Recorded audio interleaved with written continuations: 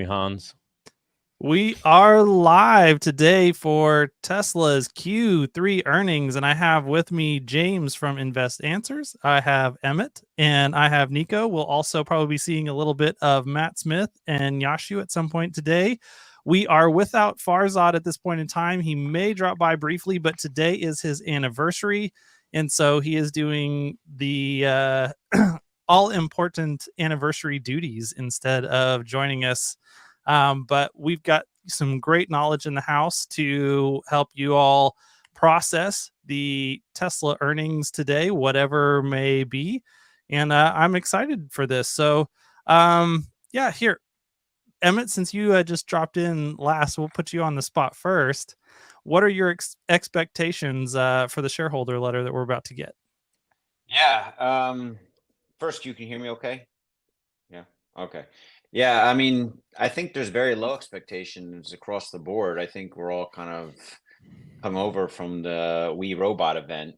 I don't know about you, but normally I like black out Tesla earnings day on my calendar, and this is the first quarterly earnings I can remember where I forgot to do that just because I was just like so hungover from the We Robot event and trying to process all that information and digest it. And so I don't think there's really any expectation for earnings. I feel like most people think it's just going to be a nothing burger, and we just kind of move on. Hopefully, the next vehicle we get news about in Q1 next year, the Model Y refresh, we'll learn about more then, and so forth. So I kind of feel like there might be upside potential that no one's expecting if there is any kernels of unexpected good news coming out here. That's my feeling. So do you have any little trades on for anything around earnings? It's funny. I just put a tiny trade on just to buy some weekly call options. Sometimes it's really small. It's like 0.01% of my 0.1% of my portfolio. It's less. It's just tiny, just a couple of call options, just with some extra cash in my IRA account, just sitting there. So we'll see. It was just the weekly calls for, I think it was 2:30 or 2:35 strike. So Friday, just 2 days out. It was like $1 or something, I think, or $2 or something for the contract. It's a nice little 10% move. Yeah, we haven't had that nice move for a while. It feels like in earnings reports, and we'll see if this one will be one. But it's probably just money thrown away. But we'll see. Awesome. We'll go around the horn. Nico, how about you? Yeah. So I just to echo what Emma was saying. It sounds like across the board in the Tesla community, everybody has just kind of forgotten or not been in a hurry to figure out what their numbers are for this quarter, whether it was Yashu or Larry or Herbert, obviously Emmett here. I just heard everybody say kind of the same thing, like, yeah, I haven't done my numbers yet, which I think is very interesting. I think it's part of kind of this paradigm shift into not really putting too much focus on each quarter earnings. Obviously, we need to be making some money to fund the future, but I think the more than 50% of the shift of mind space has moved into the future of robotics and autonomy now. So I think that's where the focus is. And I think that you'll see that echoed with the expert analyst questions. As far as trades, I very rarely do any kind of binary event. So I like to trade before or after the binary events. So I closed out a whole bunch of sold calls that printed really nicely today. So so now I have nothing but stock the way I like it. And I think it's going to be a nothing burger, other than I think we have more room to the upside and downside. So I think, and honestly, if you look at the expected move, it's really a lot less than what even We Robot was. And, even if you look at like Ivy rank, it's not that high compared to We Robot. We were at like 94, 96, something like that. So it's actually kind of come down a lot. So it's interesting. Yeah. Then welcome, James. We have you here. Are you co-streaming this on your channel as well? I am indeed. So we yes, have first ever. Many of your viewers are joining us probably for the first time, and then for Farzad's viewers, This is James from Invest Answers. If you don't know him, super excited to have him with us today to digest earnings with. And yeah, so James, what are your expectations for today? And yeah, any trades that you have on? It's funny. Emmett said the hangover from We Robot. I remember the day before Robot, it was like 5 minutes before close the market on 10:10. And I was going to buy a rake load of 250 put options that were expiring the next day. They would have cost me $9. And I was about to put that position. I said, you know what? I think it's going to be special. And I was wrong. So that would have been, $9 to $32, $35 very overnight pretty quickly. Anyway, that didn't happen. But I do have a slide to share here. One of the things that is interesting is it's the first time we have an earnings call where we're already beaten down pretty badly. And normally it takes the market about 2 weeks to digest the goodness from an earnings call or a huge event like We Robot. Now, the first thing I'd like to show is this, the earnings. You can see we've missed. It's very rare that Tesla misses 5 in a row. So that's first positive. Last quarter, we did have a beat on revenue, which was good. And then when we look at, let me see, I've got some retail analyst expectations and a couple of institutionals as well. The Wall Street's expecting 60 cents, but the retail analysts are all very pessimistic, which means when everybody expects the same thing, people can sometimes be wrong. And I think I have another slide as well regarding kind of what we can expect during the call. But that's where we are. The other thing that's kind of interesting is looking at the chart. We had a little bit of a pump into the close, which I wish didn't happen. I'd rather it sell off to the close and pump during the earnings call. So that is kind of how I am interpreting the very mixed signals out there. I'm wondering if anybody has anything to add to what I said, or am I off base? I will add that Matt, who should be here at some point in the near future, his estimate is also 58 cents. So in line there with James Catt. Yeah, James Catt's pretty good. And AJ as well. AJ is very bearish, which gives me pause. But at the same time as well, we have to consider the amount that they are investing right now in AI and all the new vehicles and ramping Cybertruck, Cortex. I mean, it is insane how much they are laying out. And that's what a lot of people, at least the Wall Streeters, kind of get confused. They just look at gross automotive margins and EPS because that's the most important thing, while ignoring all the other elephants in the room. So just my thoughts.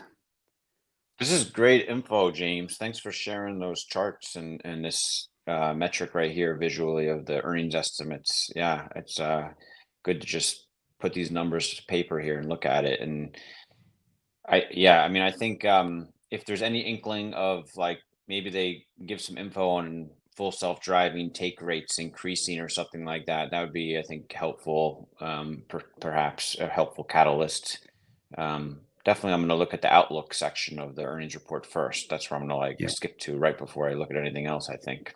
Exactly. And I also have a bingo card that we could talk about because the deck is coming out in about 10 minutes, I reckon, 11 minutes.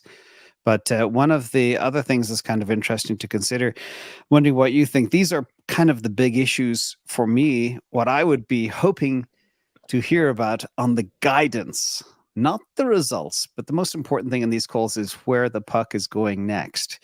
So Tesla Semi update, how are things going in Nevada, in Sparks, or whatever they're building that big gigafactory. The big thing that fell on deaf ears during the We Robot event was Robotaxi.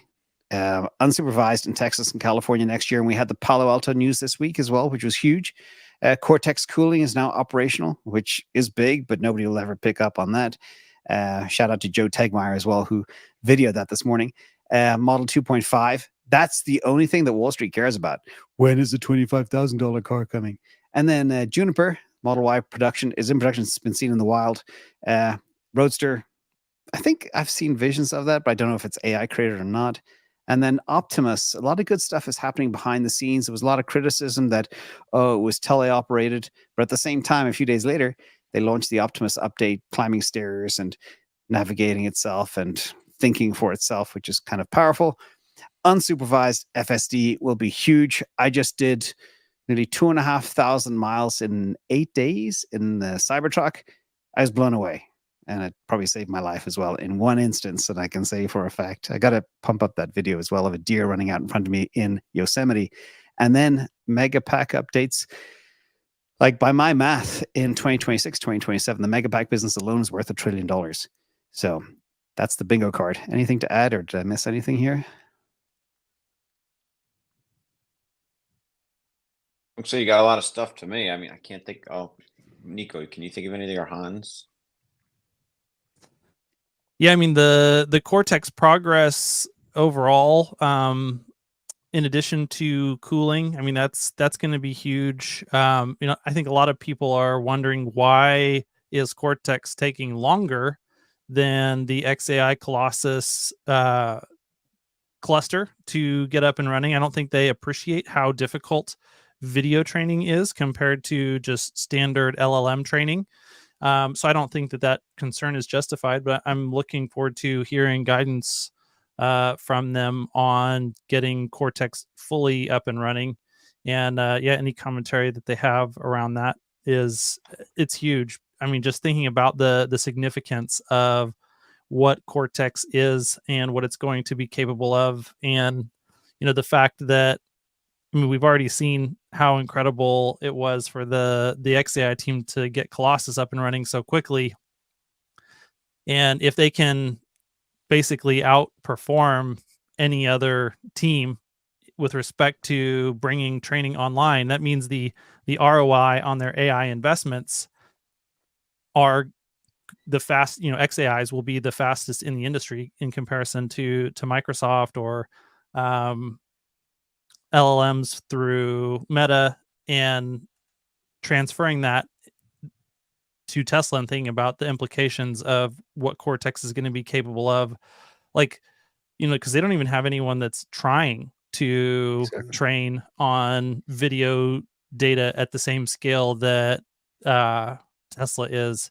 And so for them to have that type of lead where no one else is even in the race, I really think this is the most important thing that 90% of even people who are interested in Tesla are just like sleeping on. Yeah, and Hans, I think you should use your AI brain to take this one step further and explain to the audience how significant this is, especially for things like an FSD OEM deal, and talk a bit about the insurmountable moat that they have around data and now infrastructure as well. I think Wall Street missed that completely. I think retail investors don't understand the importance.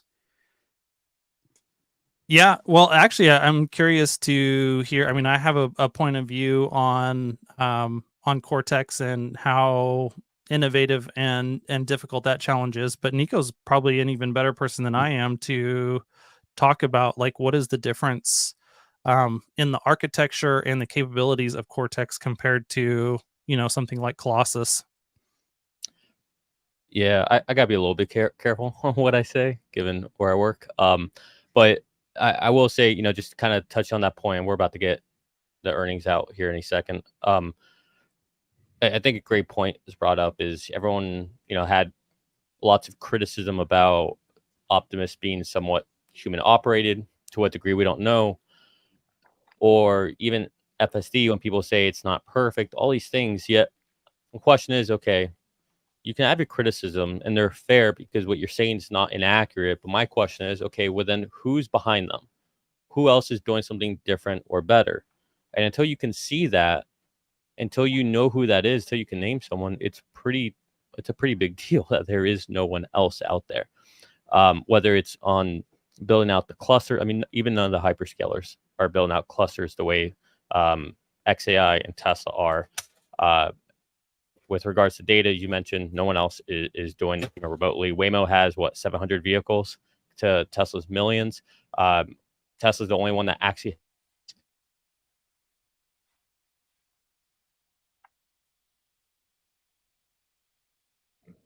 Are we losing Nico? Ooh, can you see me? Can you hear me? Yep, You're we back. can hear you now. Oh, that's unfortunate for you guys. Anyways, as far as the list that you had up there, James, I really hope. I'm leaning hard on the analysts today to ask probing questions about the launch in Texas and California.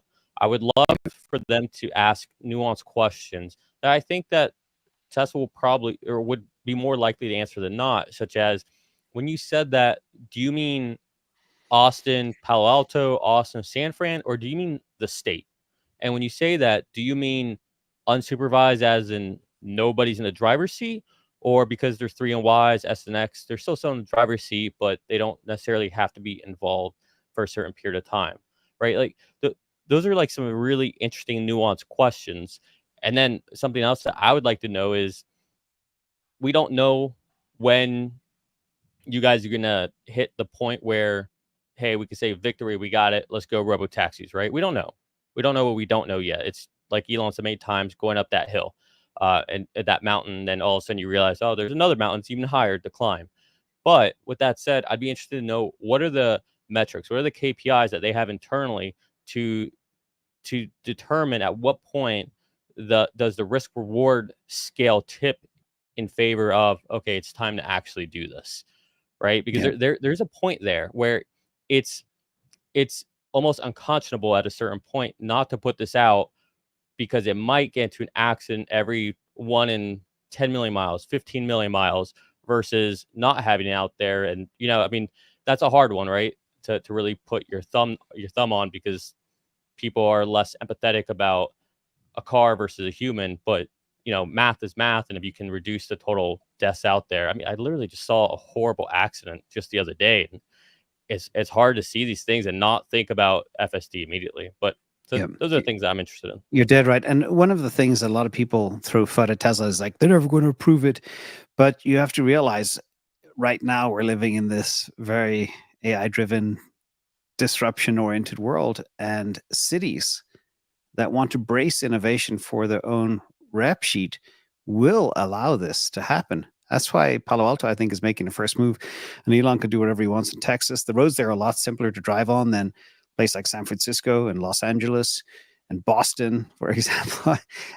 So yeah, it's a very good point there. But I think it's going to roll out. And I think they are 99% the way there with unsupervised. And we haven't even seen version 13 yet. So I think they have a lot of things up their sleeve. And the AI team has executed flawlessly so far in the month of September, or was it October? September. The months are going by so fast. Anyway, just bonkers. But this is kind of like my second list of the investor questions I would like to see asked and drilled into as well. And some of them you're probably very familiar with, and some of them you guys touched on. I can tell you number 3 is not happening. Oh, something came out. It's printing. It's moving around. We don't see it yet. It's on the Dow Jones Newswire, but the stock's moving up fast. There you go. By the way, never before has Tesla stock fallen 5 days in a row going into an earnings report. So maybe, but sometimes maybe this is stick. Sometimes it reverses. Yeah, sometimes it starts out high and reverses. But we'll see. It's right now in the 220s. 226. Yeah, we're pumping. We probably have to hit F5 for another 5 minutes before we can see it. F5. I don't have an F5 in a Mac. Or whatever. F2. I don't know. Whatever it is. Yeah, that's good news, Wall everybody. Street's got it, and their algos are acting on it already. So now I'm very glad I didn't buy those puts today. I was looking at the puts for Friday, and they were the 215s were $10. So you'd need 205 to break even almost. So well, you never know. I mean, even in the We Robot event, the stock was up to like 255 in the beginning, and then by the end it went down. But so it might start out high and then come back down. It's hard to say. We'll see. Yeah, I can share a real-time chart actually on the 1 second. Go. Tesla 3Q gross margins 19.8%, estimate 16.8. Adjusted earnings per share 72 cents, estimate 60 cents. Rev 25.18 billion, estimate was 25.43 billion. So they missed on revenue, but they beat on EPS and margins. Wow. More efficient than the street thinks or thought. So Wall Street got the gam, but my take on that is I think Cybertruck was a big tailwind for gross automotive margins. Maybe they were able to scale it and get that price, the cost down, because they're slinging so many of them for 106, 105K on average between the Cyber Beast and the dual motor. Yeah. That's really good. Pull up. You guys able to pull up the deck yet or not yet? Yeah, I've got the deck open. Oh, all right, I might pull it up too. All right, well, share away because I don't have it. So one of the things they note, the first thing I was looking at was whether regulatory credits came in pretty high, but they were in the $700 million range, which was higher than average, but not crazy high, lower than where it was last quarter. But it looks like there was a decent amount of recognition of FSD revenue related to Cybertruck and actually Smart Summon. So I'm trying to figure out exactly how much that is because they didn't exactly detail it. So I'm wondering if in the just difference in the balance sheet quarter over quarter, we might be able to hone in on that deferred revenue piece. So it was, it's actually pretty consistent. So I'm not sure what the rationale is here. So Matt, you hit on something. Hey there, by the way, you hit on something. Yeah, I just jumped right in right when they dropped it. I thought they drop it at 415 or 420 or something. Nico took his cap off or something. I thought for a second. No, but you mentioned they break out the Cybertruck FSD revenue and not anything else. That's fascinating. Oh, no, they didn't break out the Cybertruck FSD revenue. They said that there was recognition of FSD related to the Cybertruck. So all of the Founders Edition Cybertrucks came with FSD. There wasn't an option not to have it. I believe they delivered that functionality right at quarter end. So they were able to recognize FSD for a decent amount of those vehicles for those Cybertrucks. And then for across the fleet, at least in the United States, for actually Smart Summon. Cool. So trying to figure out exactly how much that was, but they don't say it right there in the summary. Stock hit 227. I mean, the big news here is gross margin 19.8%. That was the bane of Wall Street's existence for the longest time. And I was right. We never saw 5 earnings misses in a row. So that history didn't repeat, which is good. We got a beat there. Yeah, Cybertruck hit positive gross margins. Wow. It looks like after 3 quarters. In the outlook section, they're reaffirming a more affordable model on start for production first half of 2025. So that's good. It seems, completely separate from the robotaxi product. There you go. Appears. Good Lord. 230. Whew.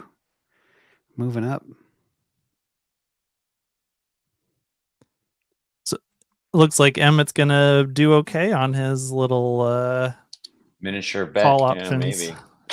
I don't know. I mean, it's got to get past 235 to be in the money. But I could probably sell it at the open tomorrow for a nice 3x gain or something. Yeah, it's screaming past 230 now. I think we could see 240, 250 tomorrow if this continues. But again, it depends on the guidance.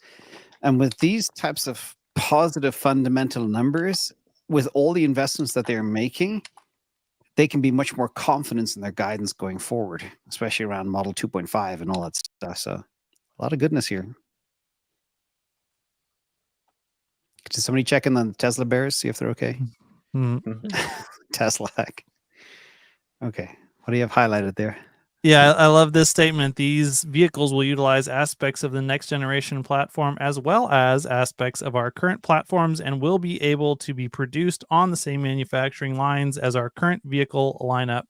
And this is pretty much exactly in line, I think, with my expectations, but also just it makes common sense that if we're going to produce the Cybercab in large volumes, we'll say somewhere in the 5 to 10 million vehicles per year range. Well, you've got a long, even if we exit 2025 with 3 million units of capacity, growing that to then 3 million plus 5 million a year of Cybercabs, that's a huge jump. And so we definitely need whatever those next generation vehicles are to help expand the capacity of the supply chain and the manufacturing base. And whatever that vehicle is, it needs to be something that is halfway in between the Cybercab and current 3 and Y in order to help make that a continuous ramp that is something that can be accomplished feasibly. So I've got some breaking news, if you guys don't mind me jumping in. Energy gross margins for the quarter, 30.5%. Yikes. Wow. That is wild. Wow. That is a big shock. Well, before you joined, Matt, I said, based on 2026 numbers that I forecast, the energy business alone should have a market cap of $1 trillion. That's how important this business is. And nobody's appraising it. I would probably disagree with that. Just but I'd be curious on how you kind of get to those numbers on a rule of like what's the high level you're looking at. Yeah, just the growth rates. It also assumes the build out of a third megafactory after Shanghai, and 12 gigawatt hours per facility, and a constant 25% profit margin, and just crazy growth. I mean, energy is needed. They will not have any problem selling these things through 2030, in my opinion.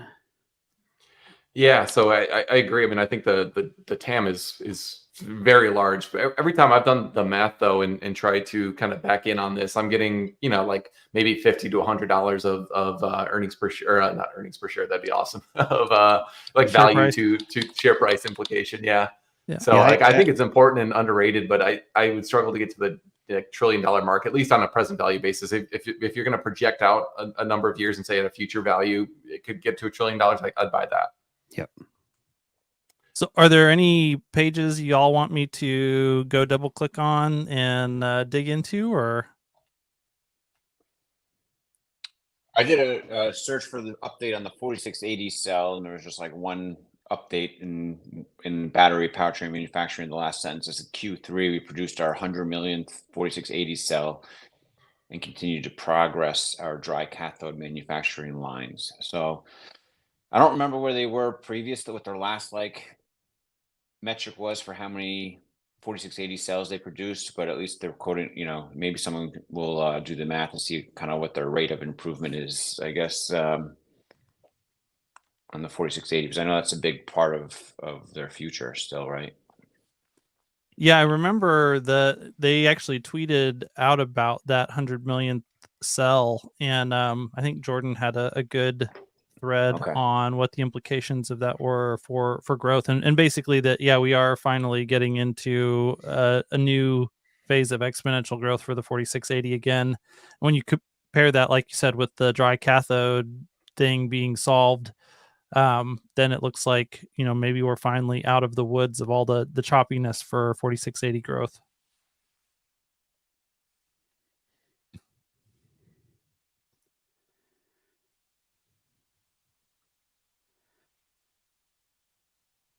All right. So any other highlights we want to dig into? I'm trying to read as I go. Yeah, I mean, just one note on page 8, I think is pretty interesting. They're talking about their AI software and hardware, and at the end of that, they say they expect to have 50,000 H100s capacity at the Gigafactory Texas by the end of October, which that's a little bit ahead of my internal timeline. I wonder if that's actually usable capacity already. I wasn't thinking they'd have that much on like so quickly. So if that's true, that seems like that'd be a pretty you know, good news for the development of FSD. But I'm a bit surprised they don't seem to say anything about like V13, which was expected to drop in the end of October. As far as I can tell, they haven't mentioned that in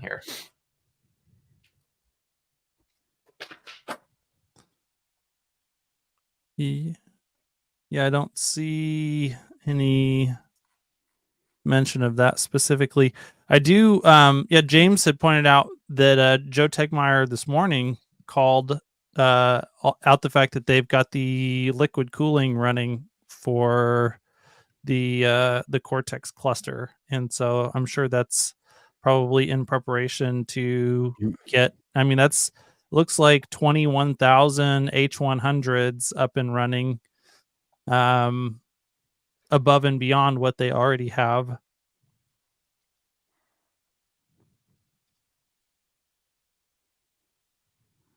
There's a picture of the cooling as well in the deck. You want to flash it for a second? Only 2 of the fans are running though, so 1/3. I think they're still testing it. So there's two interesting things that I just saw. I don't know if you guys already talked about it or not, but it looks like they are anticipating a really big Q4 because they think there'll be slight growth year over year. Wow. So Yeah, Elon's going to pull out all the stops to make sure they do not shrink, even if it means 0% on all vehicles, FSD transfer, etc. I expect that to happen, and they have the capacity. And the numbers just out of Shanghai this morning were very strong. Third best week Yeah, ever, and Model 3 is a third of all volume. Yeah, under Outlook, it says we expect to achieve slight growth in vehicle deliveries in 2024.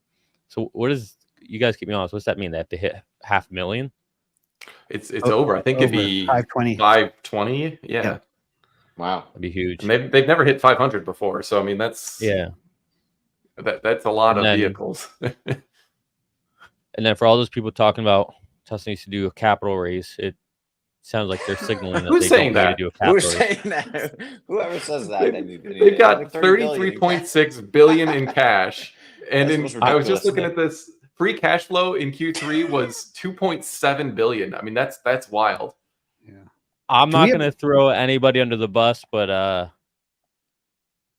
they're on the other big stream happening right now. Oh. Oh my gosh. And they's not one person, it's several people. I actually haven't heard that in a while. I mean, that's kind of shocking to me that people are still saying Tesla needs to raise cash. I mean, I thought we dispensed with that like 5 years ago. Yeah, me too. Even me, Kevin, says that like every other time he talks about Tesla. That's ridiculous. I know you guys probably like it's ridiculous. You guys listen to him. Have we dug into why the revenue was a miss? Was that because Yeah. of revenue recognition around megapacks? No, I mean, I think the Megapack revenues were largely in line, or the energy revenues, at least with what I had been modeling. I'm not comparing it to where the street came in, but I mean, I think the automotive sales numbers are lower than I would have expected. So 18.8 billion versus 18.5 billion in Q2, and that's despite having delivered a lot more vehicles. I'm guessing product mix. I mean, we know they sold a lot more in China at a much lower price point, so I'm guessing that has something to do with it. And I wonder if foreign exchange. I should probably look at this before I start spouting off, but I would imagine if the yen depreciated a little bit, that might decrease the sales figure a little bit on a, when you adjust it for the dollar impact. But the margin would be intact still. So that's a thought. And another interesting call out too, apart from the Tesla gross margin of 19.8%, which is mind blowing, despite the rev miss. Can you imagine? But the other thing is Tesla free cash flow 2.74 versus 1.6 estimate. And free cash flow is everything. That's probably the most important metric, as Jeff Bezos used to say over 20 years ago. So any thoughts on that? Especially with all the investments that they're making at the same time. Yeah, they invested 3.5 billion in capex this quarter, and they were still able to generate that much in cash flow. Nearly 3 in free cash flow. Madness. Wow. How much are the emission credits? Can't see those numbers. 700 something million, I think. Oh, so it's small. Okay. 739 million. So I mean, higher than it has been historically, but lower sequentially. Yeah, usually it's like 500 million or something in that neighborhood, right, Matt? Yeah, that's where it had been for a long time. Last quarter, it spiked up to 890, and so like, okay, is that an anomaly or is that a sign of things to come? So I am surprised it's as high as it is again, but it's not like it's completely out of whack and driving 100% of the change. It seems like there's a lot of little things that are all kind of piling up for a really strong quarter. Mm-hmm.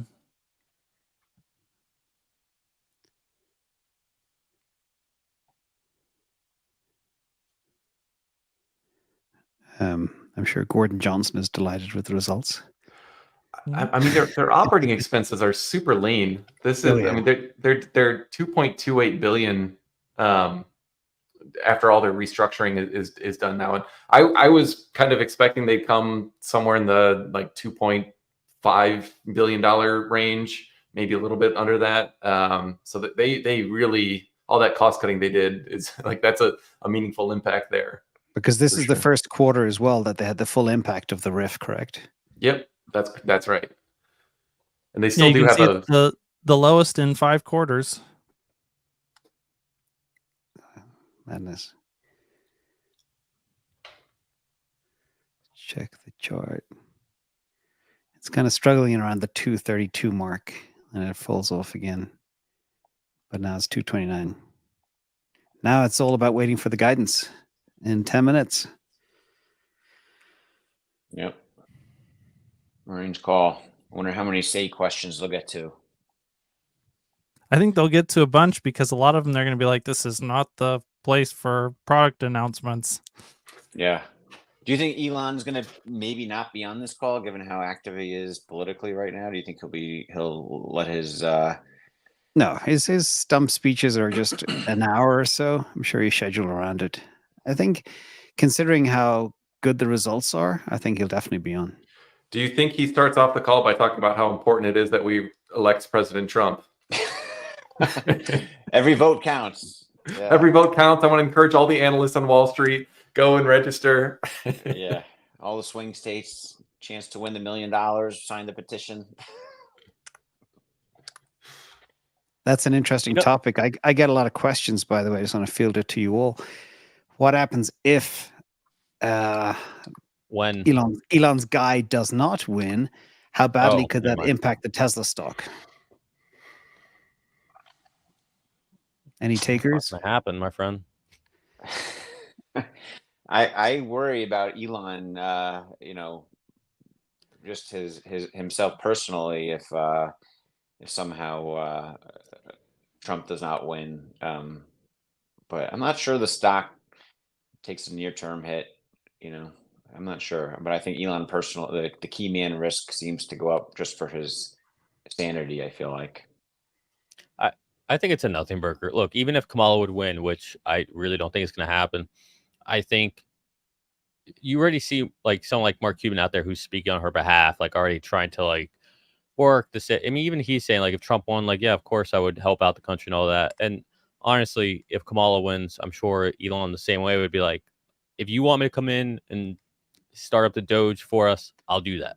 They do a Mark Cuban yesterday. Well, I don't think it's Mark joining Cuban. Mark Cuban. Honestly, I think Mark Cuban gets too much shit for that. Like, I don't agree with a lot that he says, but he's not wrong. I mean, you even hear Jamie Dimon saying, like, I don't care who the president is. It's about America first. And so whoever's in there, that is your commander in chief. That is your leader, whether you like them or not. And you should do what's best for the country at that point, because we got 4 years of that. So one way or another, I mean, there's too much vitriol on this. Like, it's not my person, so that's it. I hate them, and that's it. Like, that's not going to help us. I mean, So I would love to see Sawyer- the Department of Government Efficiency either way. I think that Exactly. would be less likely to actually happen under Kamala, but man, I would welcome it if we ended up there. But can you imagine the millions of grifters and how upset they would be if Doge happened? Going back to Emmett's point of the risk for Elon, Mhm. you go in anywhere with a chainsaw. Was it La Fuera, the guy, Javier, down in Argentina? He's getting away with it. He's surviving somehow, but I don't know what his security detail is like. But a lot of people on the grift, they don't want to lose their grift. Lifelong politicians and stuff like that. So I'd be very concerned.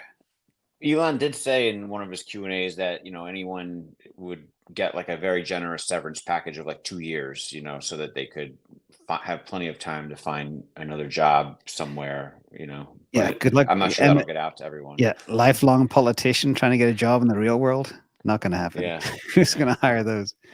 So Yeah. well, But maybe Sawyer just tweeted that he did the math, I guess, but it seems to signal over 515,000 deliveries in Q4 there you go. We're close to meet that metric that's referenced. So that would be a big Q4. Yeah.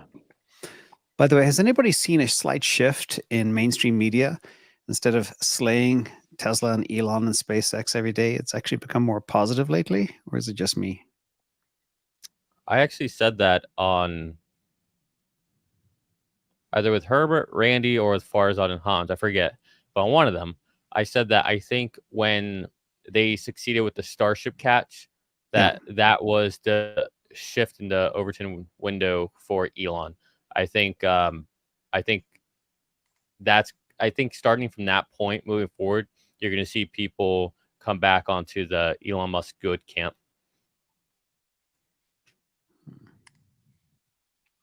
232. I think that there's a lot more attacks focused on Elon as a person lately, with his political involvement, and it's shifted away from the companies as much, Yeah, but to me, that's more about, like, that's a problem. If someone can't have their own opinion without you saying that there's something wrong with this person, or they're corrupt, or they're unstable, and like, that's you have a problem with yourself.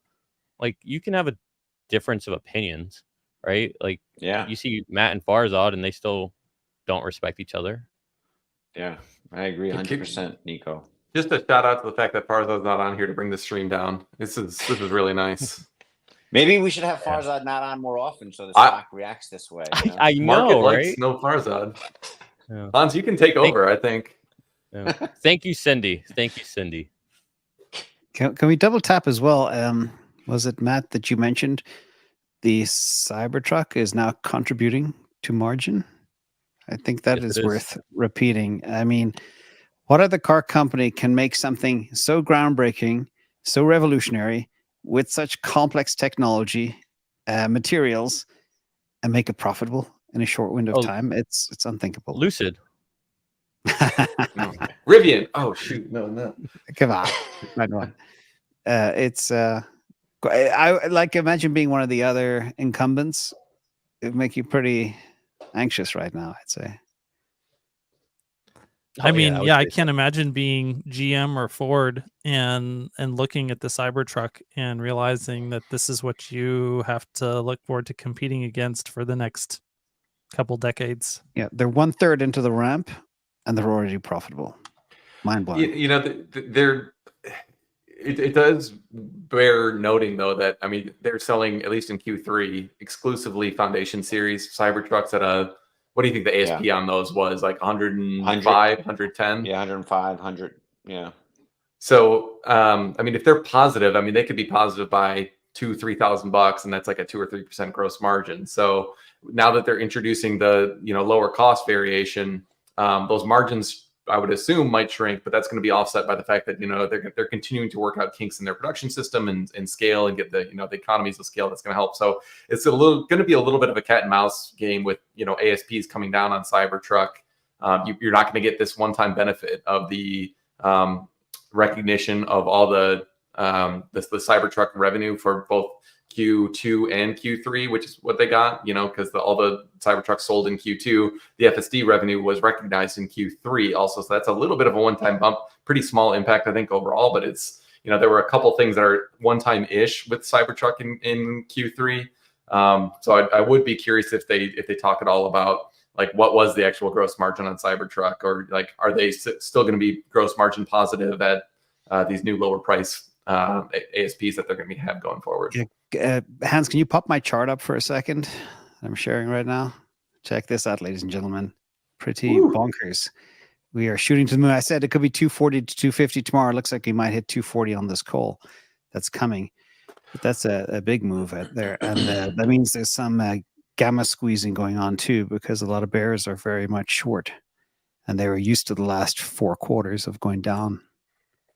Can we just say what a shock these numbers were, though? Like every single, Twitter analyst, expert, myself included, was coming up with EPS figures lower than Wall Street. And Tesla absolutely knocked the socks off of every single estimate. This is like across the board. This is a massive beat. Matt, if they only had regulatory credits of 300 million instead of, what is it, 800 million or whatever, if they had 500 million less regulatory credits, how much would that have affected the earnings per share? How many pennies? It's a handful. I can get you. Let me just like a rough estimate. I closed 5 cents, 20 cents, 10 cents. No, it's not 20 cents. It'd be between 5 and 10, I suspect. Okay, all right. So it's it's hard. Irrelevant. I feel like that provides a lot of noise, and that number alone, for example, like it's almost meaningless for a long. And a lot we like to discount that, but it's real money. But it's a lot of noise in that variation, I feel like. I don't know, with everybody pulling back on their EV plans, I think that regulatory credit revenue stream is only going to continue to grow for the foreseeable future. You might be right. Yeah. Could be more. GM was actually growing pretty significantly year over year. And I think quarter over quarter, they were up like 30% or something like that. So it's they've been gaining market share now in Europe, probably less so. But I don't know. It's not clear to me that reg credits will be going up based on the success that some of the other OEMs are having. But to put it in the context, that regulatory credit that everybody always wants to say it's, we need to factor it out. That's over 50,000 H100s a quarter that they can buy. Think about it that way, right? That's over. That's probably closer to almost 100,000 H100s per quarter they could be buying. Like, they're essentially all the other incumbents are paying for Tesla to get the AI compute hardware so that they can then further take the lead on them. I mean, the irony is palpable. So, Emmett, I did just run the math just to finish that. With the reg credits, the 790 versus if they had been at 450 million, which is kind of where they had been historically, that's worth 7 cents. Okay, that's not much. Wow. Not too much. That's nothing. Let's go. I mean, it definitely contributes to the beat. I mean, there's like it's not actually nothing, but it's like you still the core business still did, what was it, another 7 cents on top of that? What was the actual earnings per share? I was gonna say, you factor that out, it's still a beat. Yeah, exactly. Yeah. Yeah. Sorry, Farzad, you're gone. To circle back though to the capex point, we really were using that money to build out auto manufacturing capacity for a long time, but I think to your point, Nico, like we have shifted to now using that capex really to invest in training capacity and building out the AI factories that will produce the intelligence that animates our robo taxis and our Optimus robots. Mm-hmm. Yeah, another very nuanced finding as well. People were all up in arms about them stopping the supercharger rollout, but they created more superchargers last quarter than the previous quarter. So they have not slowed down. In fact, they've accelerated. Just a small little point. Good point. Roadster, is it going to happen? Quick round the table, yes or no? I think it is. Next year, and will you order one? I got my reservation in already, so I'm just waiting. Yeah. Wow, I'd probably kill myself, so I'm not gonna. I'm happy with the Cybertruck. I need something bulletproof.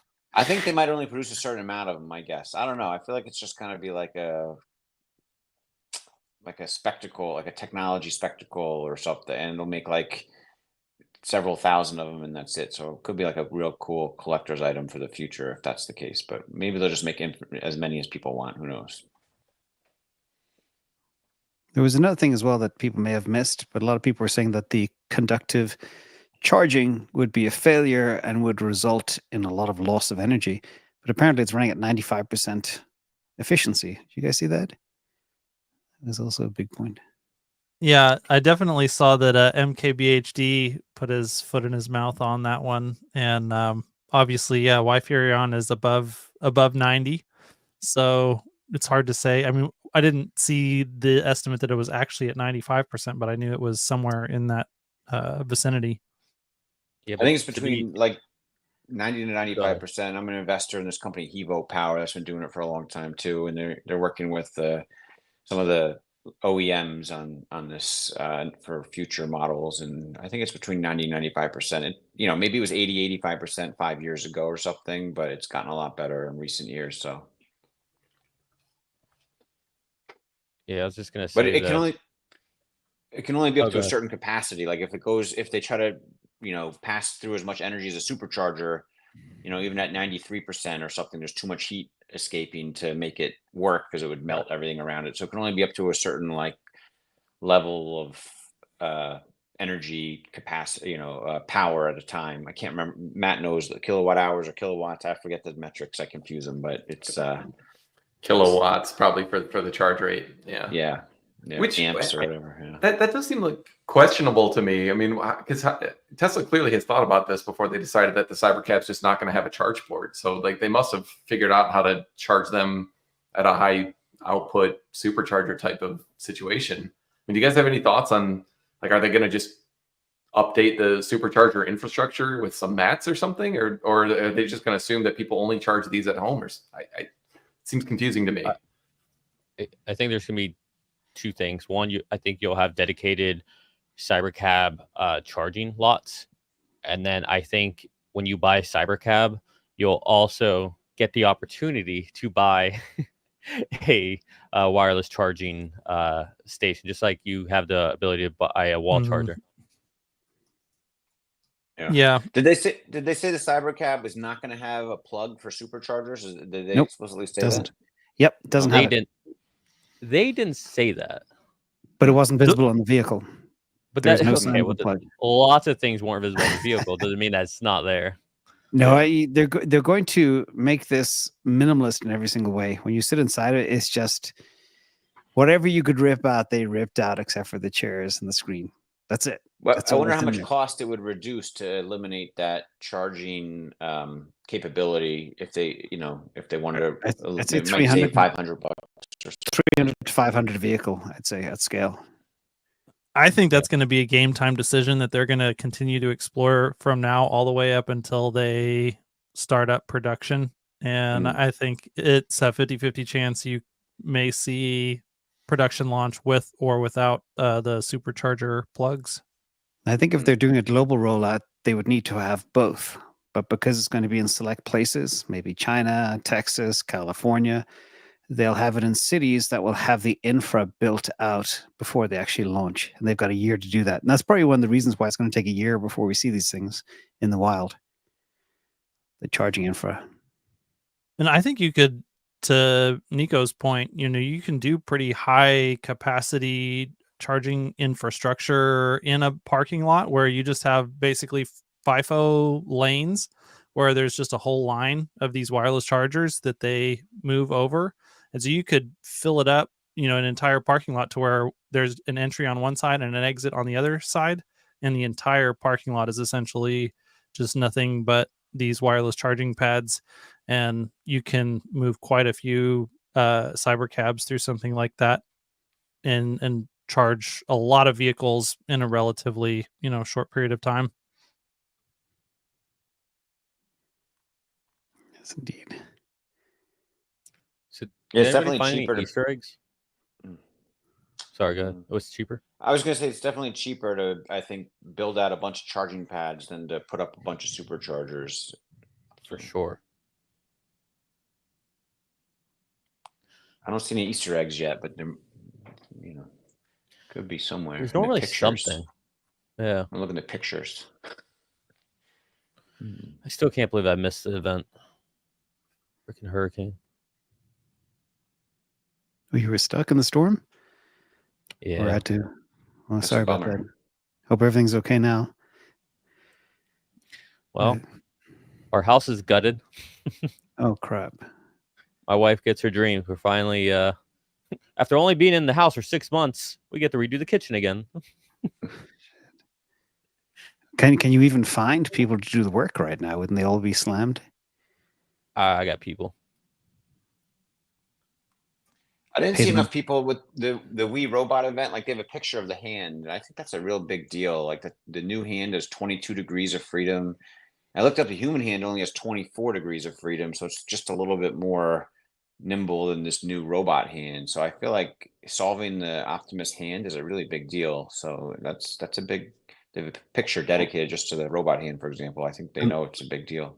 There's two very important things that I witnessed while I was there. One is holding up this little paper bag of caramels or chocolates or something, but the top of the bag was extremely thin, maybe 2 or 3 millimeters, and it had the dexterity to be able to grab the top of that bag and hand it over.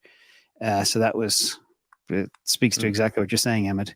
Extremely dexterous fingertips.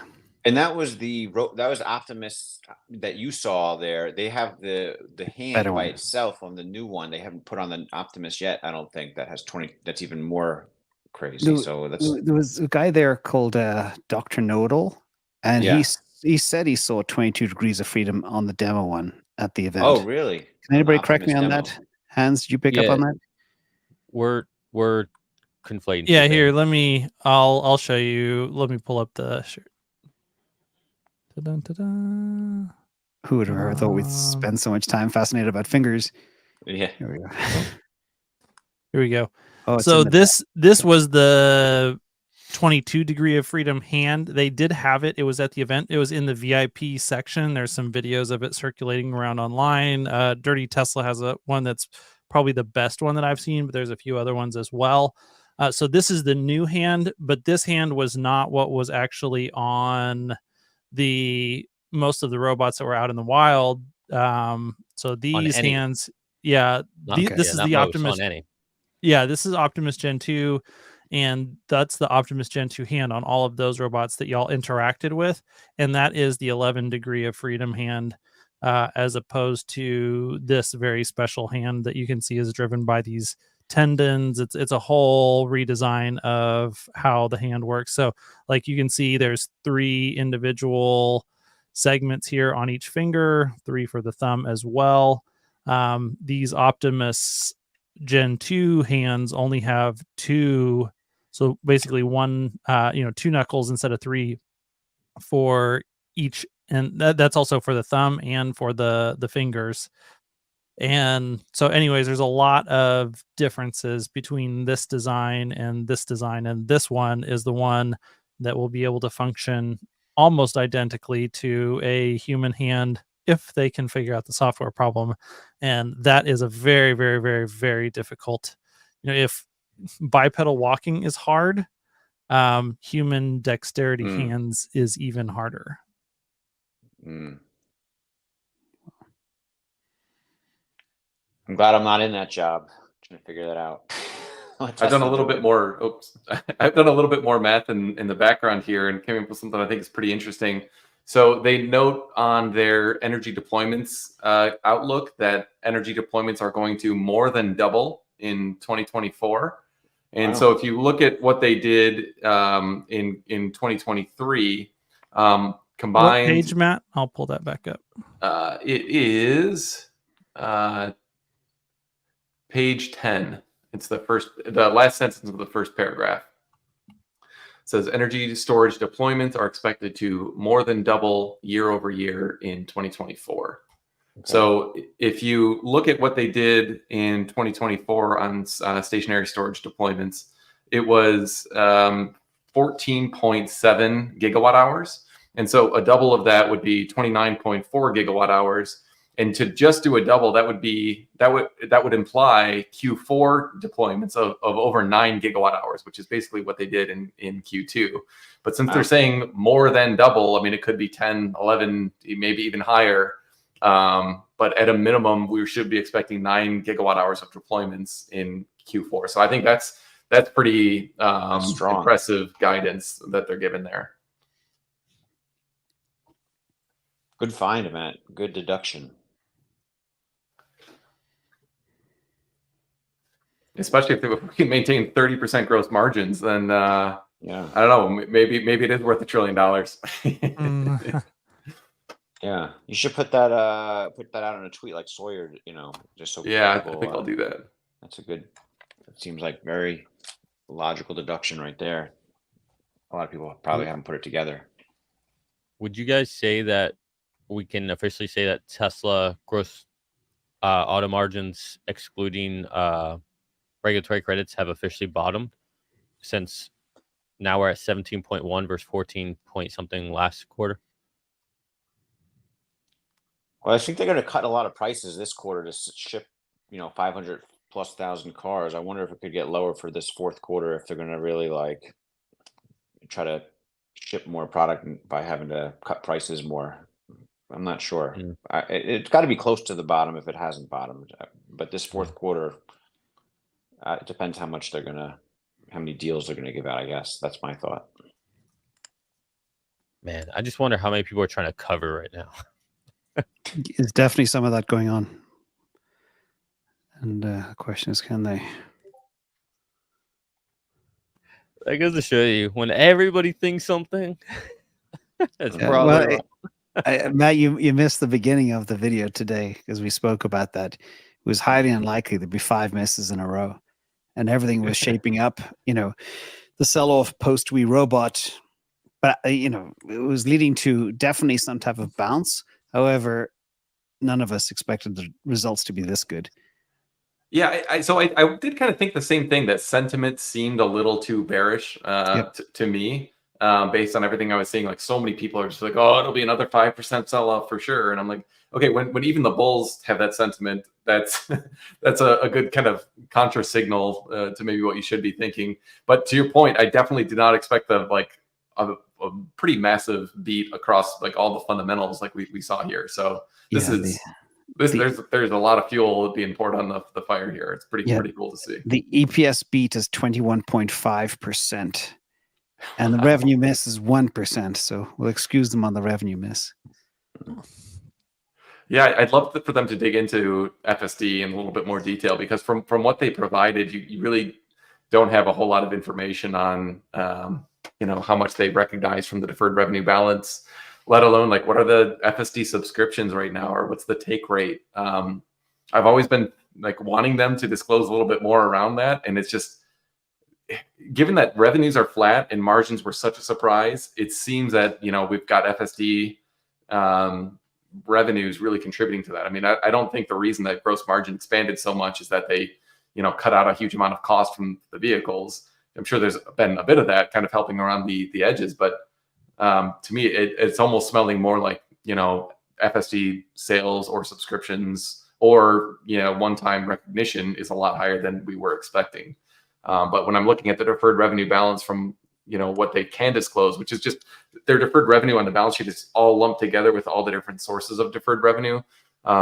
Might need to wait for the 10Q to come out to get more detail on how much of that is related to FSD. But there's nothing jumping out as like the entire deferred revenue balance decreasing in any noticeable way. So can you pop up that chart again, my one that I'm sharing, just to show you how quickly this thing is moving? Not the slide, but the actual screen. Yeah, it looks like it's topping off a bit here at the 232 level, 234, but still big move. And people have to remember, not all people have access to after hours markets. So it does bode well. Well, depending on the guidance we get later, which I think will be uber bullish, but tomorrow should be a very good day. And that's where you see the big gamma squeeze happening. One other thing I want to just say on the deferred revenue side, if there was some huge recognition of deferred revenue that was like a one-time item that was really driving these margins, you'd expect the deferred revenue balance to actually go down. But what we're seeing on the balance sheet on slide 27, I don't know if you want to pull it up or not, Hans. It's just a bunch of numbers, but the deferred revenue balance actually increased. So the current portion was 2.8 billion, and now it's just over 3 billion. And the long-term portion was lose my eyeballs here. The long-term portion was 3.35, and that's constant actually in Q3. So the current portion actually increased. The long-term portion is essentially unchanged. So how is the deferred revenue balance increasing when they're actually recognizing a huge amount of the FSD revenue? Now, granted, there's a lot of other noise in there, like supercharging miles and some stuff on the energy business that all kind of gets mixed in there. But it's pretty encouraging that they're able to have such strong margins, explicitly noting how much recognition of deferred FSD revenue is helping, and you're not seeing that balance decrease. So one thing that could imply is that FSD take rates are actually increasing. And that would be very, very good news indeed, but that's a bit of speculation. Does anybody here know the exact profit margin of FSD today? Would it be 80%, 90%? Has anybody ever figured that out? I haven't been able to. In terms of how much they're recognizing?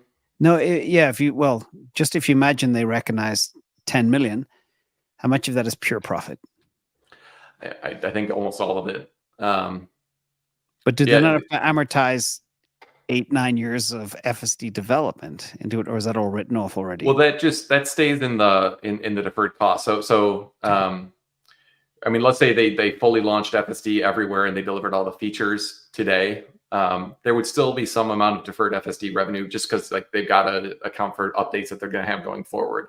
So my understanding of any FSD revenues that are recognized, it's essentially like 100% margin, but like you're I mean, there's really operating costs that go into that because the whole AI team is like their expenses essentially hit the overhead line, like R&D and probably mostly R&D, I would suspect. So that's like the cost of kind of developing the software that ultimately gets rolled out. So, if you sell a car today for $10,000, I think Tesla's probably recognizing around, I don't know why I said $10,000, $8,000 for FSD. I suspect Tesla's recognizing around 70% ish of that revenue today based on how much they've delivered of the functionality. And maybe if they fully deliver every little piece that they've promised, they might recognize an extra, I don't know, 10% or something like that. And then the balance will just get recognized over time over the expected life of the vehicle. And Mark Newton from Fundstrat was very bullish too. He believed, if I'm not mistaken, this will be the last dip before the big rager to a new all-time high. Did anybody see that? Yeah. He's super bullish. And he estimates new all-time high within the next 6 to 7 months, I think. So I've got a buddy of mine texting me. Is this all-time high for Tesla as far as cash on hand? I think so, yeah. Yes. Yeah. But it's always all-time high, basically, because they're always having positive free cash flow. Billions Yeah, every but quarter. that's crazy though, right? Like going through everything that's going on, the ups and downs, the competition, just inflation period, all the discount. I mean, it's insane. But especially scaling multiple gigafactories simultaneously. If you include Megafactory and the semi-gigafactory and also the battery facilities and the extensions to Giga Texas and so much more, it's pretty mind-blowing that they're still socking away so much free cash flow. Apparently, by the way, I just saw some breaking news that CNBS is fudding Tesla again. But I don't have TV, so I can't pick that up. Mm-hmm. But they probably have Gordon Johnson on. Probably. General Motors is coming. They're going to take over. I would actually love to hear Gordon explain why this Q3 result is a disaster for Tesla. I'm sure he'd find some way, but even if I tried, it would be such a struggle. His next line will be, "They're cooking the books. This isn't possible." Oh, yeah. Oh, fraud. Yeah, fraud's always the answer when you're positive free cash flow.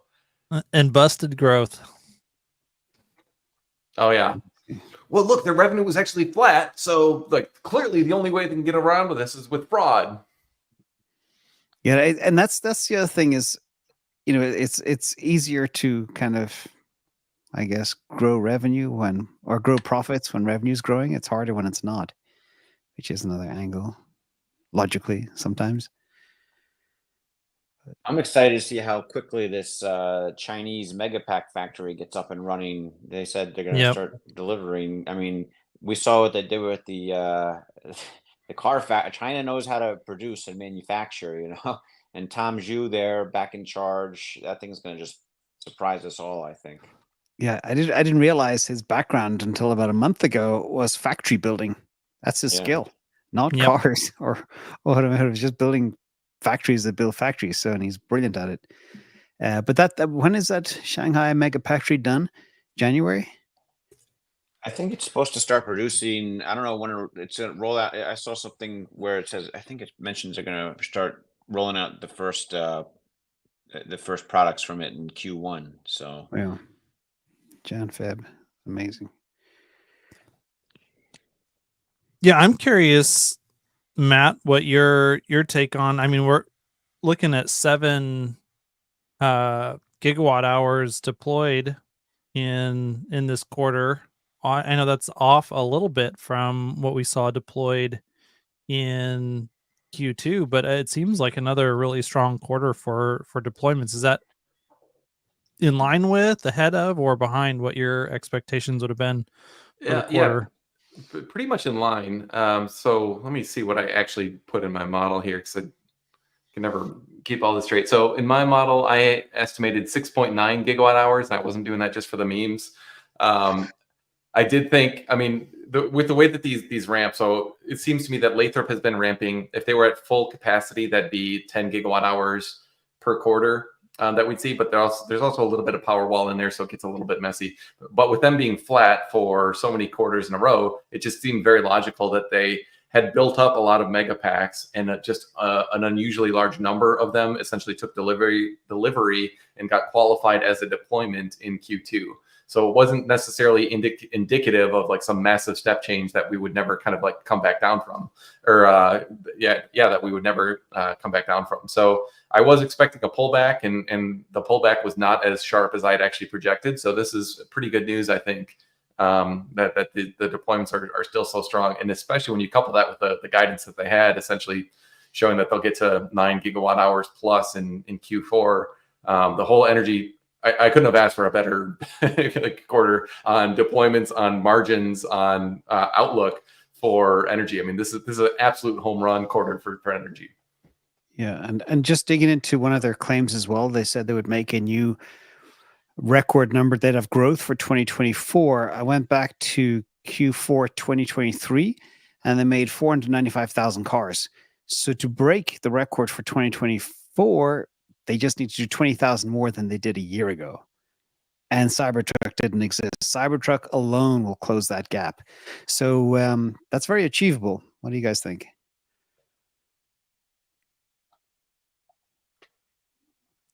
My question Yeah, is always on demand. Go ahead, Hans. Well, I think they can pull the demand levers any way they want, so they can fill demand anyhow, I think.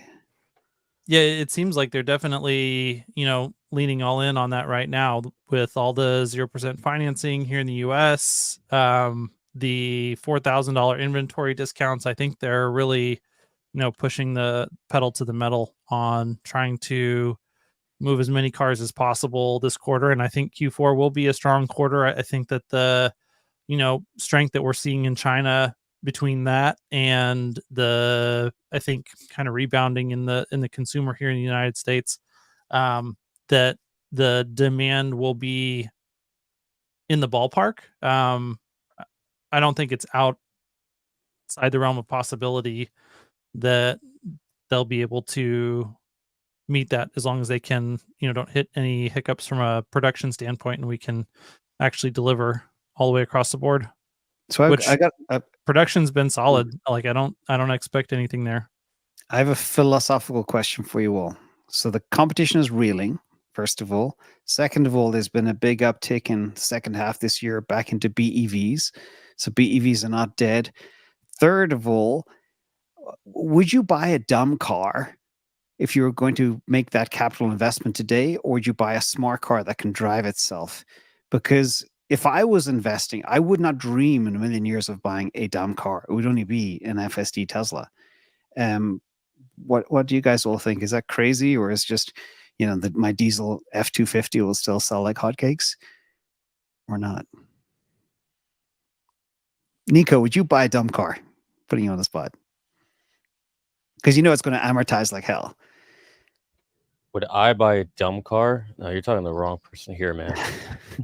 I don't Yeah, I think think- anyone who knows about it would, but I only think like 2 to 5% of the population is aware of that, so Tesla doesn't really do itself any favors in educating the general public. They rely on people like us to try to educate them. So if more people were aware, yeah, for sure, demand would be through the roof, but it's just not enough people aware. I also think that you'll see, like, I don't always agree with what you're saying, Emmett, in terms of like FSD and that part of it.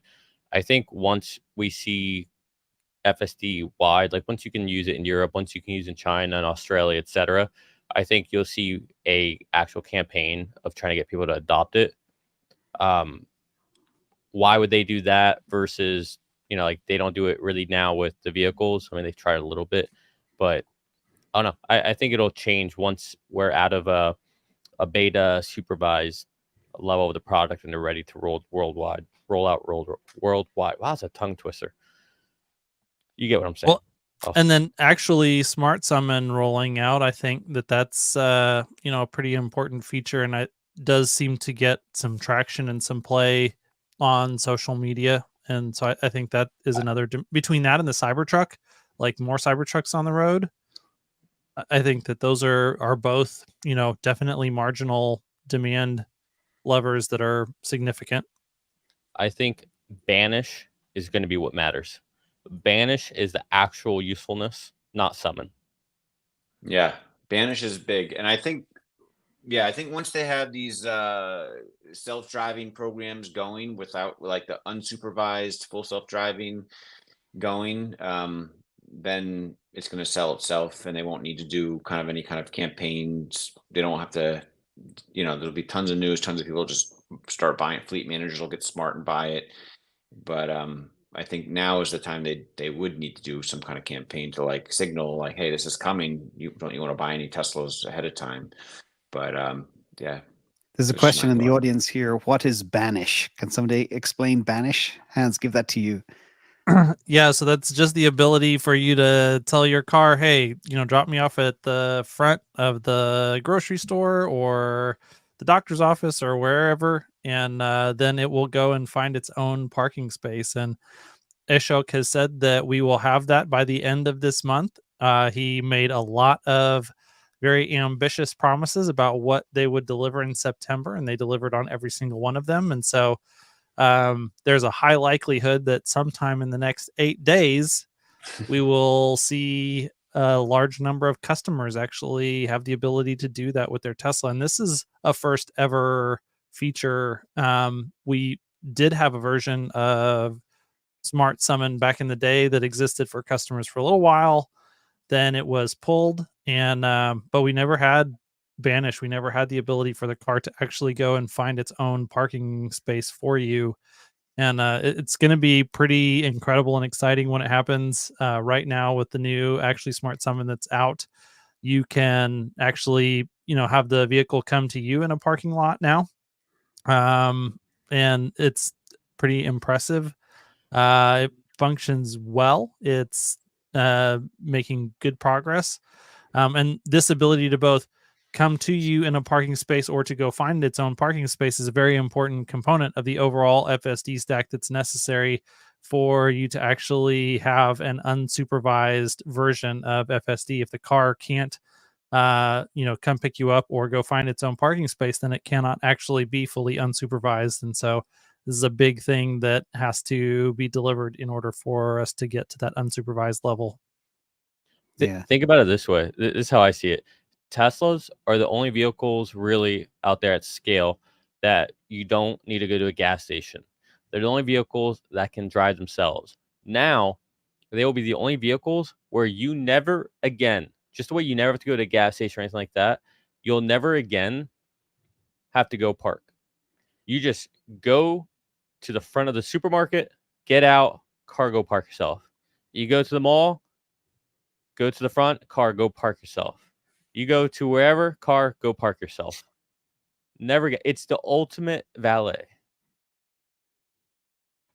Yeah, I think there's a couple of things as well that I think are overlooked market segments for FSD. That is teenagers and the elderly who are, let's say, hard of driving or fraught with risk, drinking and driving use case.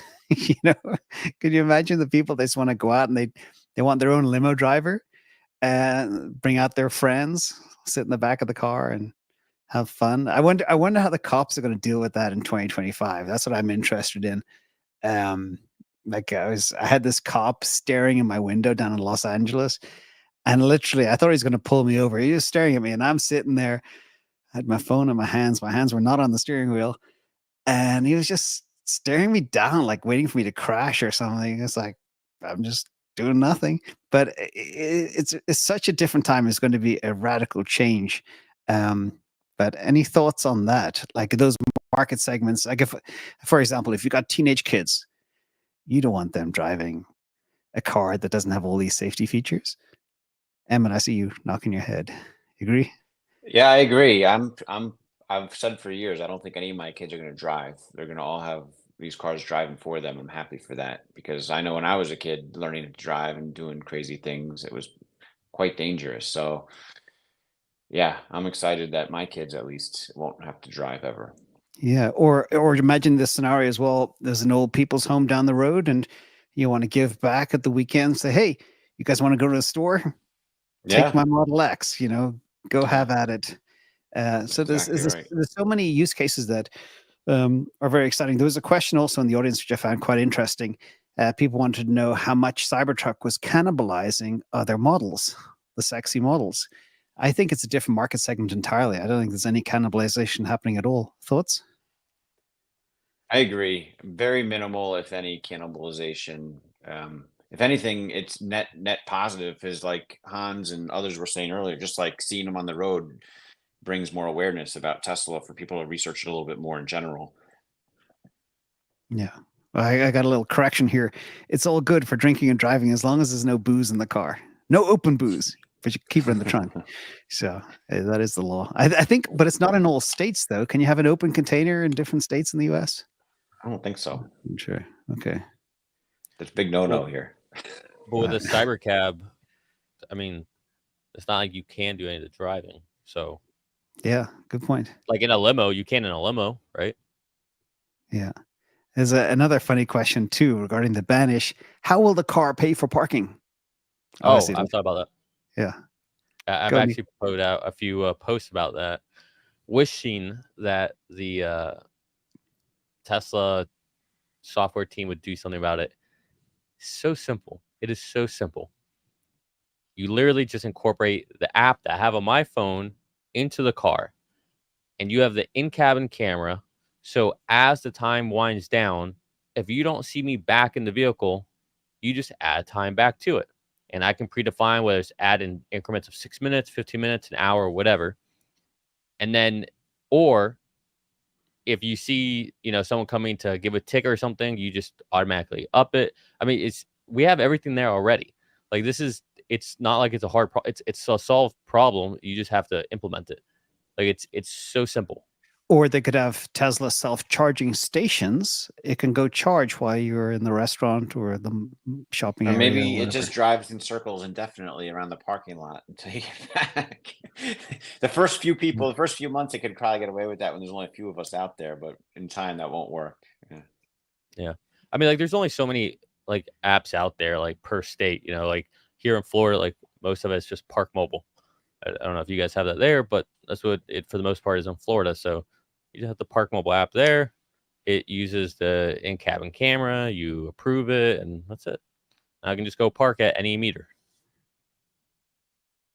So this call about to come up. I mean, assuming Elon is on it, and he's not, delegating it to the other people, since he's like in Pennsylvania or wherever he is now, trying to help, on the political scene. Assuming Elon's on this call and like active in it, it seems like these first two say questions are really forcing him to reveal something about this, cheaper model that he's been reluctant, because he doesn't want the Osborne effect. They're reluctant to talk about it, but it's sort of like really trying to push him to reveal more about it. And so I feel like if he does, I feel like the stock is going to take another leg up, pretty quickly. And after hours, if he does reveal more about this next gen, it like reaffirms it on the call right there. Like, yeah, we're going to start producing it in Q2, and we expect to have 20% gross margins on it, and blah blah blah blah. I just feel like it could be a nice piece of meat for investors to get.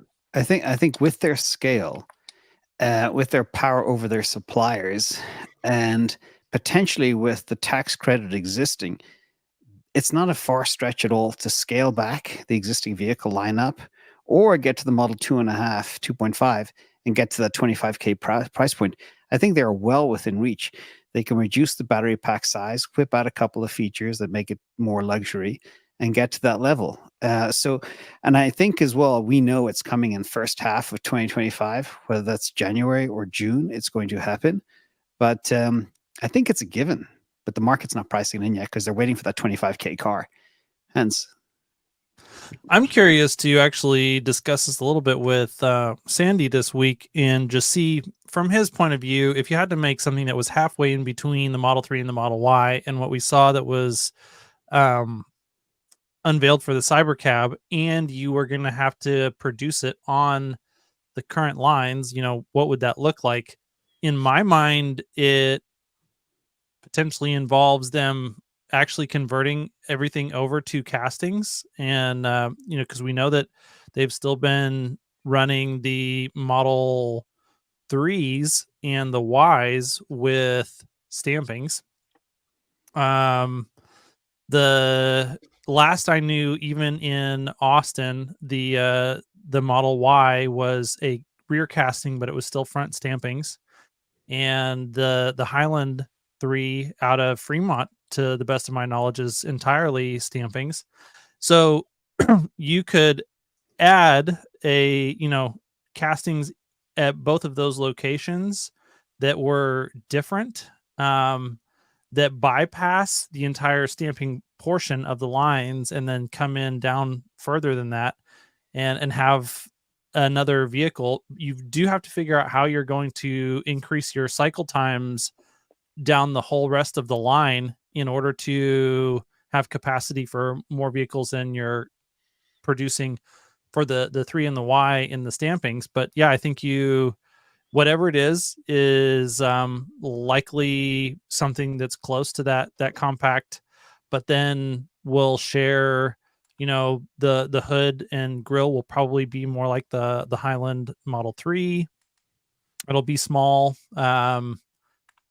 And yeah, I think it'll be not fully cybercab style. Like, I don't think that we're going to see, the more I've thought about this, the more I don't think that it's going to look exactly like the cybercab with the steering wheel and pedals. I think it's going to be something that's still a little bit more like a Model Y look, but obviously significantly smaller. Well, that's where the twist is. So if I think about this problem, the new Model Y will look very like the Model 3, which means it'll be lower and sleeker. I think we all agree on that. Every car will have to have the foundational floor, which is the battery pack. So is there a way of, instead of doing the unboxing, which is extremely difficult and requires a lot of vertical space, maybe just front and back and have 2 different or 3 different variations, like slot them together around the floor? But then again, how do you work? Well, they can work easily with the roof, and the genius of the Teslas, the roof is glass, so it doesn't need that solid part there. But I'm trying to figure out if it is front and back, how they squeeze them together, if that's even an option. Yeah. Yeah, I think that those castings will provide some of the ability to do that in a way that is different than what they're doing with the 3. I wish I knew what the 3 line looked like. I wish I had an actual tour of the Fremont factory. I think that would really help. Oh, they won't do it there. I don't think it's ready. I think they've got I think they have the mimicked or testing production line already built behind that big curtain in Giga, Texas. Because 1/4 of the floor is like a secret space. By the way, if you can pop up the chart, we just hit 233 on the price. So nice. It's getting stronger into the call, which is a little bit of positiveness for the people out there who are wondering what the stock price is. So it's not selling off at all. Broke through that resistance at 233.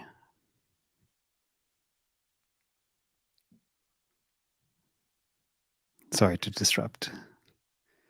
Yeah, I'm just processing the idea that, I had assumed that every line that they have today was going to undergo some upgrades that gave them more capacity. Yeah. Except for S and X probably. But it is possible that they are just going to supercharge some lines in maybe Shanghai and Giga Austin, and then maybe potentially do something with in Berlin. Yeah, and that's why I'm thinking it'll be a front and back together, because the existing lines are linear. They don't have the ability to make them vertical and coming at the car from 4 angles at the same time. Just one theory. And also, if you can share that deck again, one of the things, the bingo card items, is a lot of people are asking about SpaceX. No, sorry, wrong slide. This one. I see this all the time. How do you guys get exposure to SpaceX, and will Tesla shareholders get access or a special, if you have 10,000 shares of Tesla, you can get the option to buy Y 1,000 shares of SpaceX, because it's a pain in the ass to buy through ARK or some of the other funds because it's not enough concentration of the asset. How are you guys approaching this, and do you believe there will be a special offer for Tesla shareholders? I don't see a reason for them to go public anytime soon. I know that Elon talked about the potential for them to do that now that the revenues for Starlink are getting better. But I think with all of the headwinds that Elon has faced on a lawfare front over the past couple of years, if I was in his position, I would be a lot less excited about, like, I think they have all the liquidity they need. They can raise all the money that they need to raise. They've got plenty of cash flow. They can, if shareholders or employees, want to liquidate some shares, I think there's plenty of ability to do that right now. So I would personally just be very surprised if SpaceX actually went public anytime in the super near term, even though obviously I'd love to have exposure. Yeah. And playing devil's advocate too, would you want to be invested in a company that's planning to go to Mars? Because that's going to be a big money sink. Anybody? Emmett, are you in SpaceX?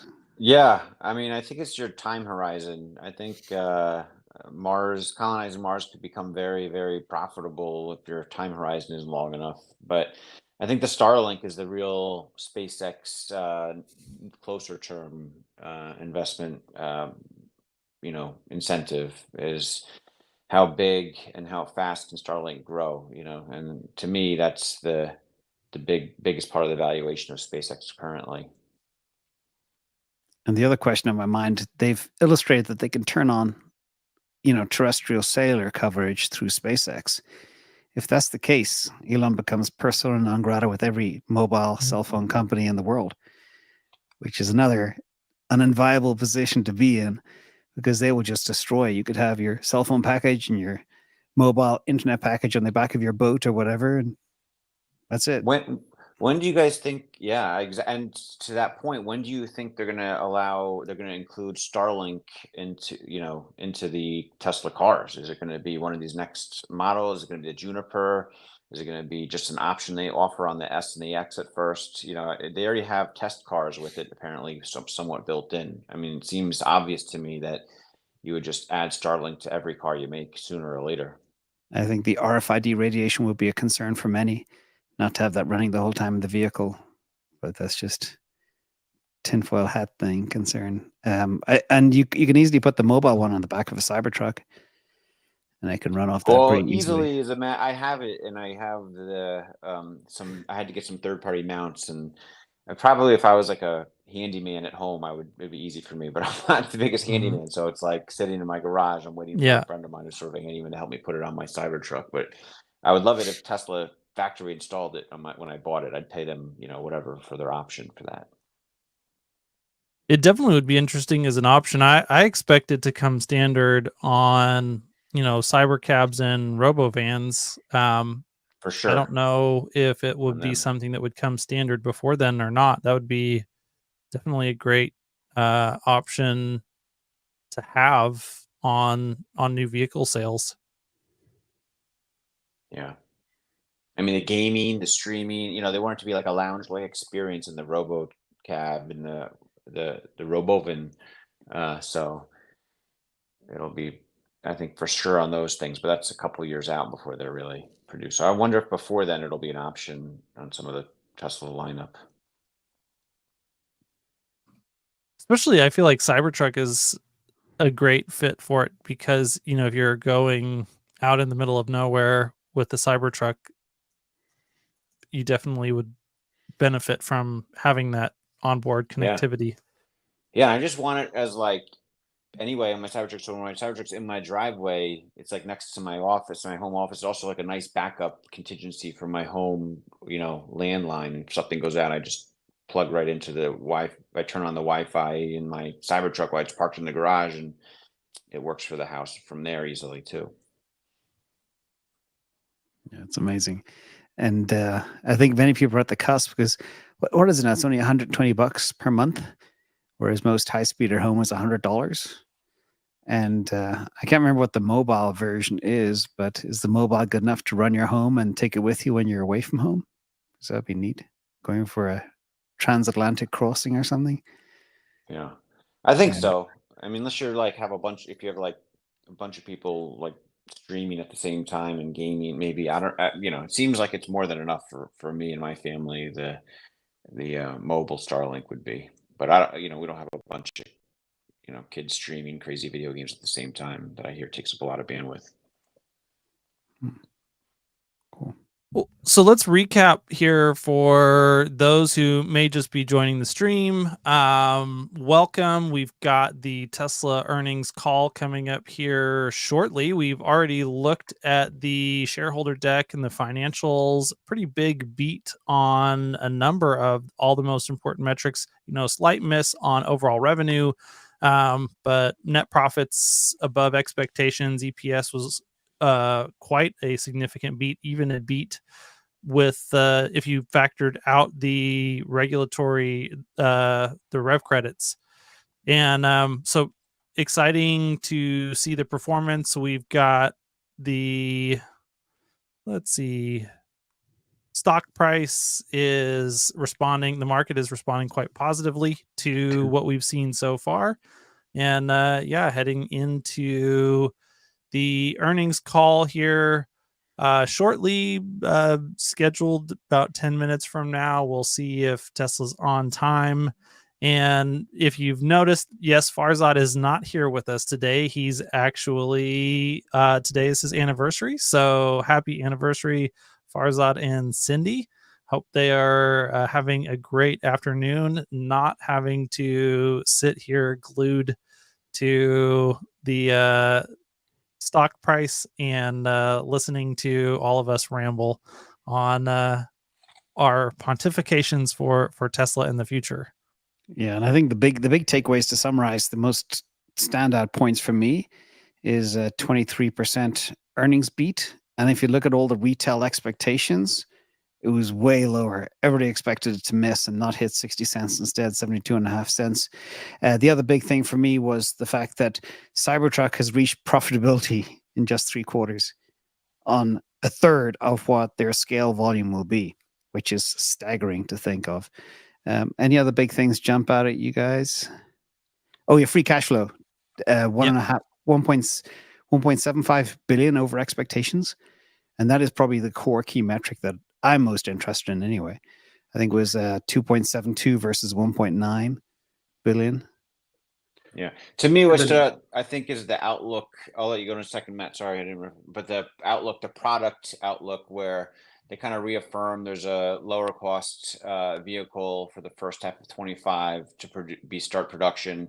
And separately is the purpose-built robotaxi with an unboxed manufacturing strategy. So it's not like the same vehicle being repurposed as a lower cost vehicle, so that, to me, that I think was a big reason why the stock's up. Sorry, Matt. Yeah, I was just going to say, the highlights for me on the energy side, that was a very big surprise. 30.5% gross margins and guidance for Q4 to be at 9 gigawatt hours or higher of deployments. So both of those were a lot higher than I was expecting. So very, very good news on the energy side. And I think people are going to need to start kind of re-underwriting that. I was just doing some more math kind of in the background of, okay, if they do 9 or 10 gigawatt hours a quarter, at these prices and at these margins, you're at the point where you're getting over $1 billion of gross margin contribution from the energy business. And that's like now, that's like next year, essentially. In the coming quarters, you'll be at that run rate. So, I mean, even if you kind of tax affect that, you're at like roughly $1 of earnings contribution on the energy side in the very foreseeable future. And with that very the higher growth rate than you have on automotive going forward. So that's, I think we're kind of in this territory where analysts are going to have to really start doing their diligence on the energy piece of the business and start modeling that out separately, because it really, with how high margin it is and how quickly it's growing, it really is starting to have an outsized impact, I think, on valuation, even higher than I thought. And I've thought about this for a lot. By the way, I just found a little Easter egg in the report as well. Under the battery powertrain manufacturing section, They talked about the Cybercab. It'll be built on our next generation platform, which includes a new powertrain with an estimated 5.5 mile per kilowatt hour. That will be our most efficient powertrain yet. And of course, Q3, they produced their 100 millionth 4680s. That's huge. By the way, my Cybertruck is more efficient than my Model X, which I have to scratch my head as to why. I know, Emmett, you've got the same fleet, don't you, as me? Yeah, I love the don't you think the Cybertruck's the best product by far? I mean, I love my my God. Model X, but the Cybertruck, I've had it about a year. I still love it. It's such a delight to drive. It's quiet, it's comfortable, and the FSD is extremely precise. There is a delta between hardware 3 and hardware 4, no doubt about that. But I actually calculated 2,500 miles. I got exactly 3.48 miles per kilowatt hour. Wow. Which the X gets about 3.33, if I'm not mistaken. And I measure this stuff religiously, like I measure everything else. But I was completely blown away by that efficiency. Now, I do drive pretty easy. I'm not driving like a madman because I have the Tesla better insurance. than the Model X. I'm assuming you're driving the same roads as both cars. Yeah, exactly. Is that at what speed is that? I normally don't go over 72. I hit 80 when I need to get out of trouble, but keep it around 72 and keep the internal temperature, air conditioning at 72 as well. So 72 miles an hour, 72 degrees Fahrenheit. Sometimes I use the cooled seat as well instead of air conditioning because I find that's probably more efficient than cooling the whole car, but I could be wrong there. I need a scientist to test that out. Hans, what do you think? Cool the chair or the whole car? Probably the chair, I would think. I mean, it depends on their system, and I haven't seen a detailed breakdown on that yet, but I would think the chair. Yeah, these are first world problems, ladies and gentlemen. Sorry. Yeah, see, I'm just waiting for them to release unsupervised robotaxi in Florida. So once they do that, I can put my water white into that, and then I can get my Cybertruck. So Tesla, if you're listening, California, Texas, and Florida. Yeah. One more question real quick. Speaking of the Robotech, Nico, on that point is how many people do you think there are like us, maybe just in the Tesla community, waiting for the unsupervised robotaxi to become official to start buying a bunch of like a dozen cars to have their own little robotaxi fleet business? I'm personally really thinking about doing that. And I think there's a lot of people. I would say of the people who have purchased FSD or have it, like there's three types of people. People who don't know FSD exists, people who discovered FSD and just have a subscription but don't really get the whole point of it, of what it can be. And then there's the people like us that really understand what's going on. So the people who actually understand what's going on, I would say at least 90% of them are waiting. Yeah, and that's one of the topics that I think, it'll be sadly another typical first mover advantage. I always say get in early, get in hard. But I do know people that are stacking mini fleets because prudently, you should be able to make 20, maybe in a stretch, 30,000 a year per vehicle. If you can buy a secondhand Model 3 or Model Y from Hertz or something like that, and then turn it into your fleet and become a shepherd, you got 5 of them. That's enough to retire on. No? Matt and I know a guy in Europe, Mr. Green, who has like 5,000 Teslas, but they're probably all like hardware 1. They're probably a lot of old cars. I think they're mostly hardware 3, actually, but they do have a lot of like older Model S's and everything like that. But the interesting thing about them is their business model just kind of works on its own because the powertrain on these lasts so long. So, the banks will only underwrite for one lease term, but they're finding they can just take it and write a second lease on a used vehicle, which works pretty well. So, and then they've got this upside optionality of autonomy. But I wouldn't want to be beholden to the EU regulatory regime in the way that they are, which is rather unfortunate. Yeah, well, I've actually seen Florian he's been putting out on social media that he wants to partner with 30 seconds, local people here in the United States who want to be shepherds. So yeah, I do have the stream pulled up right now. It's just music. So as soon as we hear by the way, something besides music, while we're talking about longevity of these cars, I have a more than 5.5-year-old Model X, and my range is longer than when I first bought it. So there's been no depletion of battery range in this car after over 50,000 miles in 5.5 years. So It's quite incredible. I can hear dance music. Yeah, I think most people who understand what Tesla's doing, I think they would put their existing vehicle into the fleet. If nothing else, just like it's just prudent, right? Especially if I want to update what Tesla I'm driving, if I want a newer Tesla, like I don't want to like quote unquote take a loss on mine or sell it for less or trade it in. I'd rather just put in the fleet, have at least break even, if not make me some beer money, and I can go buy my next Tesla. Stuck at 234. That's crazy because it was only an expected 15% move, or 15%, a $15 move. Yeah. And Tesla tends to normally pretty much fall in line with the expected move. This is way beyond. I hope that the answer to the first two questions takes another leg higher. If Elon kind of goes into some detail, he might refrain from saying anything and say pass. We'll talk about it future product releases. That's what he might do. But if he, because it's the first two questions, if he does like talk about it with some detail, I think that could really be good. If he does that, if he passes on it, I hope he says to everybody, guys, how many times do I have to tell you this? Ask better questions. I can't talk. I don't think he answers those. Yeah. But seriously, it's like, come on, ask better questions. Like this is like, remember when Gali like blew up because the whole YouTube thing? It's like, what's happening? Are we becoming just as bad with these questions? Yeah, I actually had the exact same thought. I was like, man, these questions, I wish we could have another go to YouTube moment and just hand the mic over to Gally and Rob and let them ask questions that are not terrible. Law of the commons, my friend. Yeah, ever since they told Rob to stop pushing his own questions on Tesla Daily, I think the quality has gone way down. That's true. 100% agreed. Cut his hair. Yeah. There's another question from the audience. Where do you see the price in 12 months? My stab is 350 to 400, maybe higher if unsupervised FSD and Robotaxi launches live in California and Texas. Thoughts around the clock here? I think if unsupervised Robotaxi starts going. We started. Oh, here we go. Can you share your screen? Head of Investor Relations, and I'm joined today by Elon Musk, Vaibhav Taneja, and a number of other executives. Our Q3 results were announced at about 3 p.m. Central Time in the update deck we published at the same link as this webcast. During this call, we will discuss our business outlook and make forward-looking statements.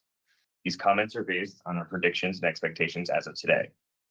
Actual events or results could differ materially due to a number of risks and uncertainties, including those mentioned in our most recent filings with the SEC. During the question and answer portion of today's call, please limit yourself to one question and one follow-up. Please use the raise hand button to join the question queue. Before we jump into Q&A, Elon has some opening remarks. Elon? Thank you. So to recap, as someone saying, something that automotive industry are seeing year-over-year declines in order volumes in Q3, Tesla at the same time has achieved record deliveries. In fact, I think if you look at EV companies worldwide, to the best of my knowledge, no EV company is even profitable. And I'm not, to the best of my knowledge, there's no EV division of any company, of any existing auto company that is profitable. So it is notable that Tesla is profitable despite a very challenging automotive environment. And this quarter actually is a record Q3 for us. So we produced our 7th million vehicle actually just yesterday. So congratulations to the teams that made it happen at Tesla. That's a staggeringly immense amount of work to make 7 million cars. Let's see, and we also have the energy storage business is growing like wildfire with strong demand for both Megapack and Powerwall. And as people know, on October 10th, we laid out a vision for an autonomous and electric future that I think is very compelling. The Tesla team did a phenomenal job there with actually giving people an opportunity to experience the future, where you have humanoid robots walking among the crowd, not with a canned video presentation or anything, but literally walking among the crowd, serving drinks and whatnot. And we had 50 autonomous vehicles. There were 20 Cybercabs, but there were an additional 30 Model Ys operating fully autonomously the entire night, carrying thousands of people during, with no incidents the entire night. And for those who went there, it's worth emphasizing that the Cybercab had no steering wheel or brake or accelerator pedals, meaning there was no way for anyone to intervene manually, even if they wanted to, and the whole night went very smoothly. So regarding the vehicle business, we are still on track to deliver more affordable models starting in the first half of 2025. This is, I think probably people are wondering, well, what should they assume for vehicle sales growth next year? And at the risk of to take a bit of risk here, I do want to give some rough estimate, which is I think 20 to 30% vehicle growth next year.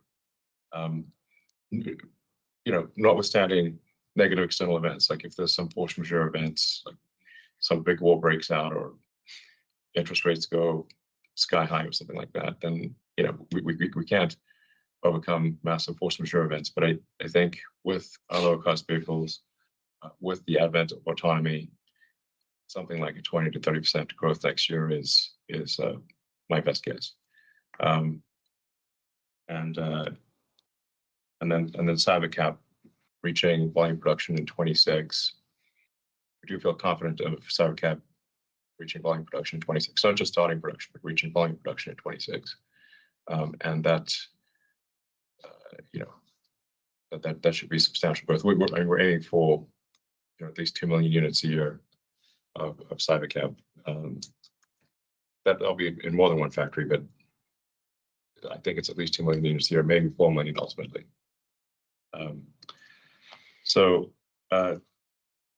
These are just my best guesses, but if you ask me what my best guess is, those are my best guesses.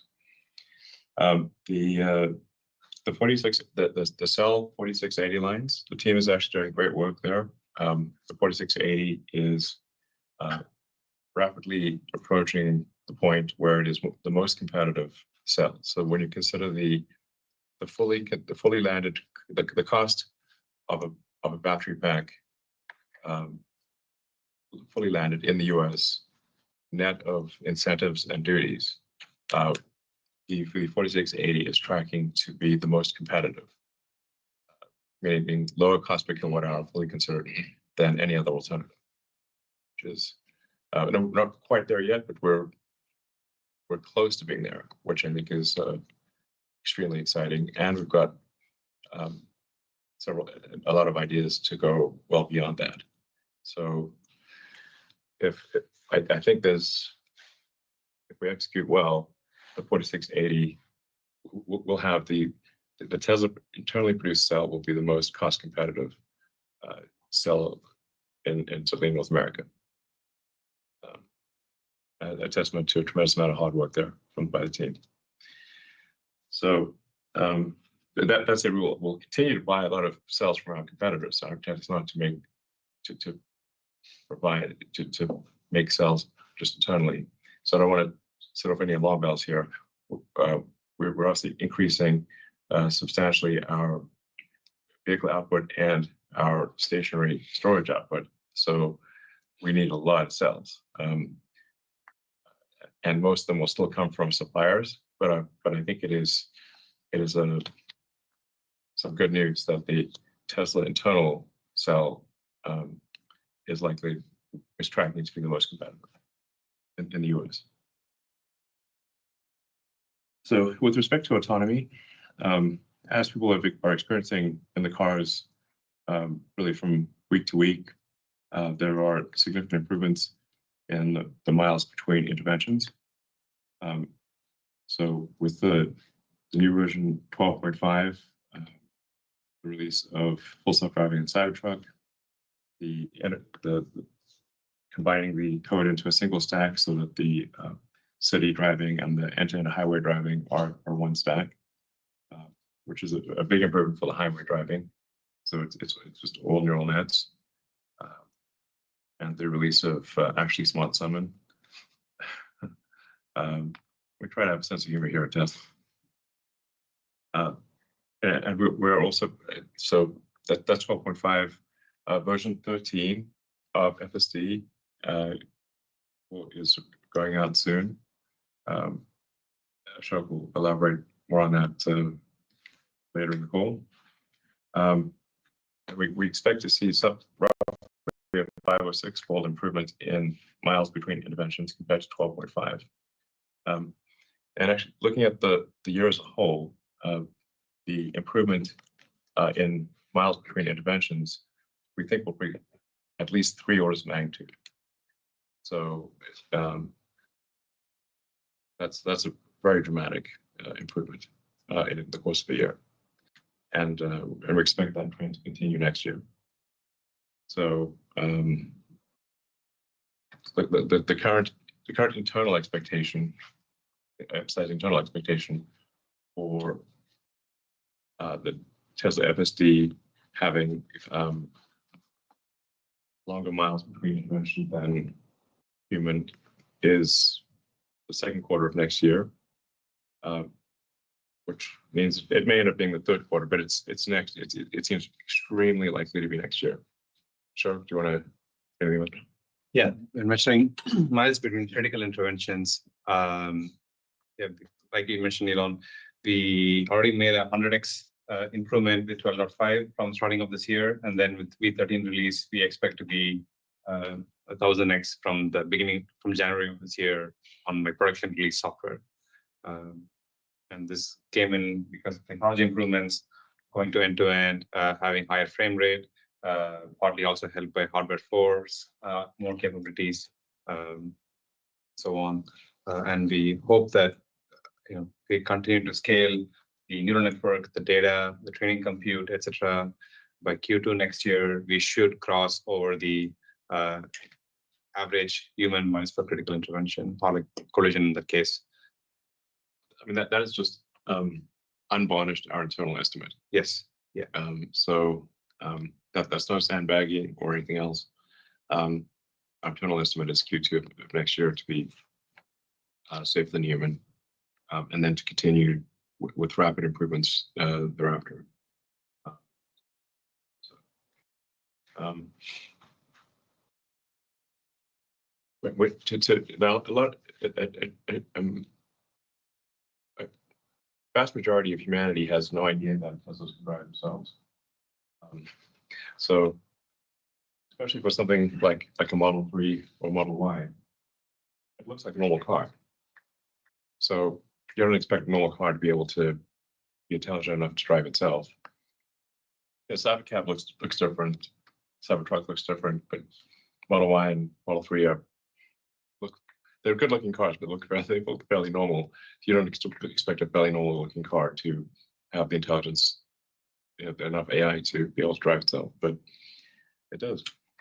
So we do want to expose that to more people, and so we're doing, every time we have a significant improvement in the software, we'll roll out another sort of 30-day trial, so to encourage people to try it again. And we are seeing a significant improvement in adoption. So the take rate for FSD has improved substantially, especially after the 1010 event.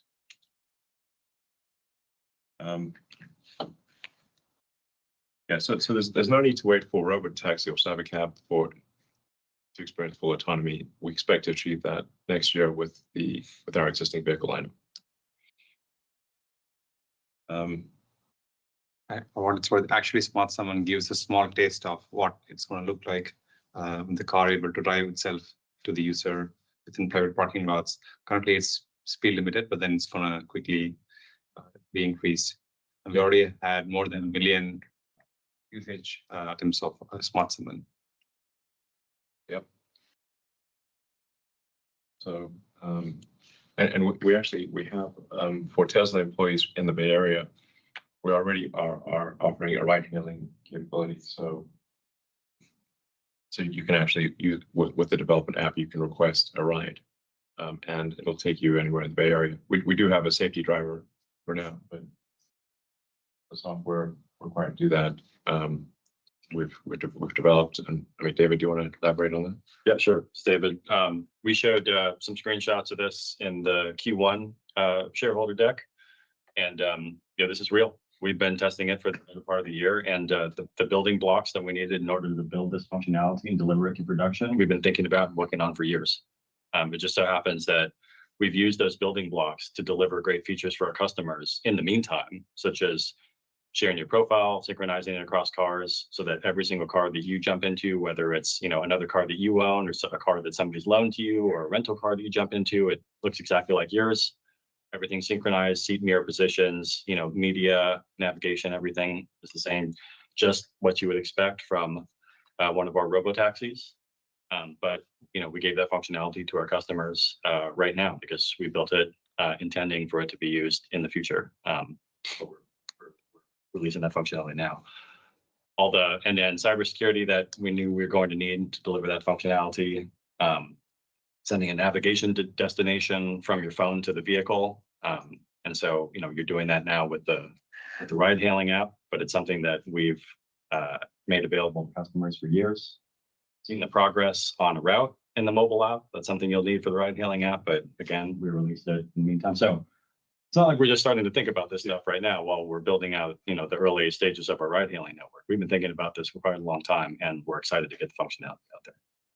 Yeah, and we do expect to roll out ride-hailing in California and Texas next year to the public.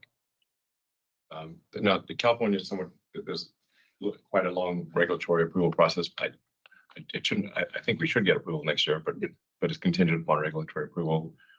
Texas is a lot faster, so it's I'd say we'll definitely have it available in Texas, and probably have it available in California, subject to regulatory approval, and then maybe some other states actually next year as well, but at least California and Texas. So I think that'll be very exciting. That's really a profound change. Tesla becomes more than a sort of vehicle and battery manufacturing company at that point. So we published our Q3 vehicle safety report, which shows one crash for every 7 million miles of autopilot. That compares to the U.S. average of one crash roughly every 700,000 miles. So it's currently showing a 10x safety improvement relative to the U.S. average. And we continue to expand our AI training capacity to accommodate the needs of both FSD and Optimus. We're currently not training compute constrained. That's probably the biggest limiting factor is that the FSD is actually getting so good that it takes us a while to actually find mistakes. And when you start getting to where it can take 10,000 miles to find a mistake, it takes a while to actually figure out which is this build, is this software build better than the software build A better than software build B? It actually takes a while to figure it out because neither one of them are making mistakes. Or take a long time to make mistakes. So that's actually the single biggest limiting factor is how long does it take us to figure out which version is better. So sort of high-class problem. Obviously, having a giant fleet is very helpful for breaking this out. And then with Optimus, we showed a massive improvement in Optimus's dexterity and movement on October 10th, and our next gen hand and forearm, which has 22 degrees of freedom, which is double the prior hand and forearm. It's extremely human-like. It also has much better tactile sensing. It's really, I feel confident saying that we have the most advanced humanoid robot by a long shot. And we're moreover the only company that really has all of the ingredients necessary to scale humanoid robots. Because the things that what other companies are missing is that they're missing the AI brain, and they're missing the ability to really scale to very high volume production. So you sometimes see some impressive video demos, but they lack the localized AI and the ability to scale volume to very high numbers. As I've said on a few occasions before, I think Optimus will ultimately be the most valuable part of it. So, and I think it has a good chance of being the most valuable product ever made. For the energy business, that's doing extremely well. And there's the opportunity ahead is gigantic. The Lathrop Megapack factory reached 200 megapacks a week, which is now a 40 gigawatt hour a year run rate. And we have a second factory in Shanghai that will begin with a 20 gigawatt hour a year run rate in Q1 next year, so just next quarter. That'll also scale up. It won't be long before we're shipping 100 gigawatt hours a year stationary storage at Tesla. And it'll that'll ultimately grow, I think, to multiple terawatt hours per year. It has to, actually, in order to have a sustainable energy future. If you're not at the terawatt scale, you're not really moving the needle. So if you look at our admittedly very complicated last master plan, which I think actually has too much detail, maybe I'll ask Grok to analyze it and shorten it up. Yeah, give us the TLDR on the last master plan. But we showed in that master plan that it is possible to take all of Earth to a fully sustainable energy situation using sustainable energy, power generation, and batteries and electric transport. And there are no fundamental material limitations. Like there's not some very rare material that we don't have enough of on Earth. We actually have enough of the raw materials to take all of human civilization, make it fully sustainable. And even if civilization dramatically increased its electricity usage, it would still be fully sustainable. One way to think of the progress of a civilization, it's may sound a little esoteric, but is percentage completion of Kardashev scale. So Kardashev scale 1 would be you're using all the power of a planet. We're currently less than 1% on Kardashev level 1. Level 2 would be using all the power of the sun. And level 3, all the power of the galaxy. So we got a long way to go.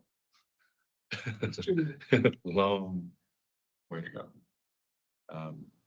When you think in Kardashev terms, it becomes obvious that by far the biggest source of energy is the sun. Everything else is in the noise. So,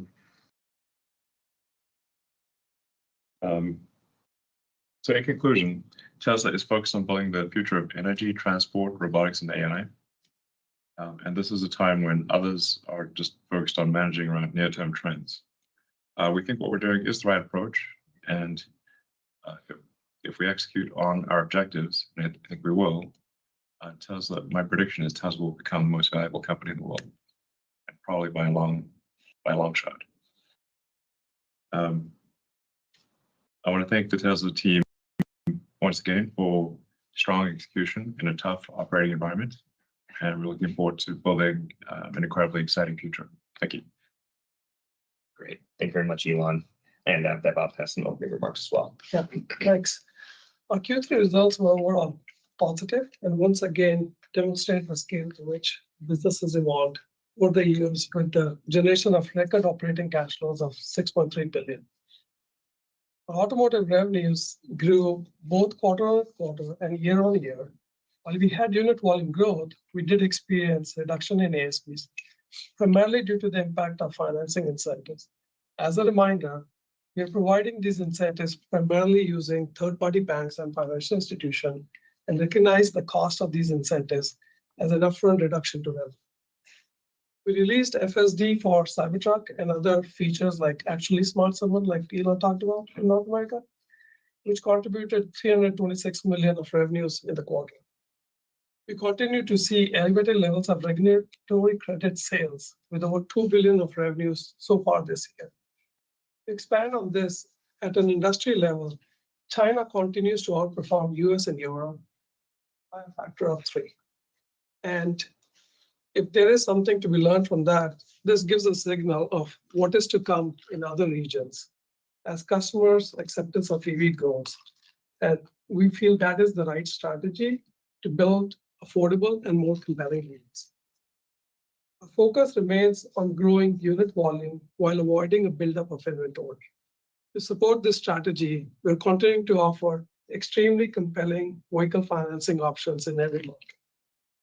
When you compare any vehicle in our lineup with other OEMs, we believe our vehicles provide much better value, particularly when you consider the safety features, performance, and unparalleled software functionalities like David also talked about, include also what Ashok had talked about around autonomy, music options, parental controls, and much more. While every vehicle in our lineup comes up with these capabilities, there is an awareness gap, not just with buyers, but at times even with existing owners. We plan on making these more visible in our interactions with both existing and future customers. Automotive margins improved quarter-over-quarter as a result of FSD feature release discussed before. Increase in our overall production and delivery volume, continued benefit from commodity pricing, and more localized deliveries in region, which resulted in lower freight and duties.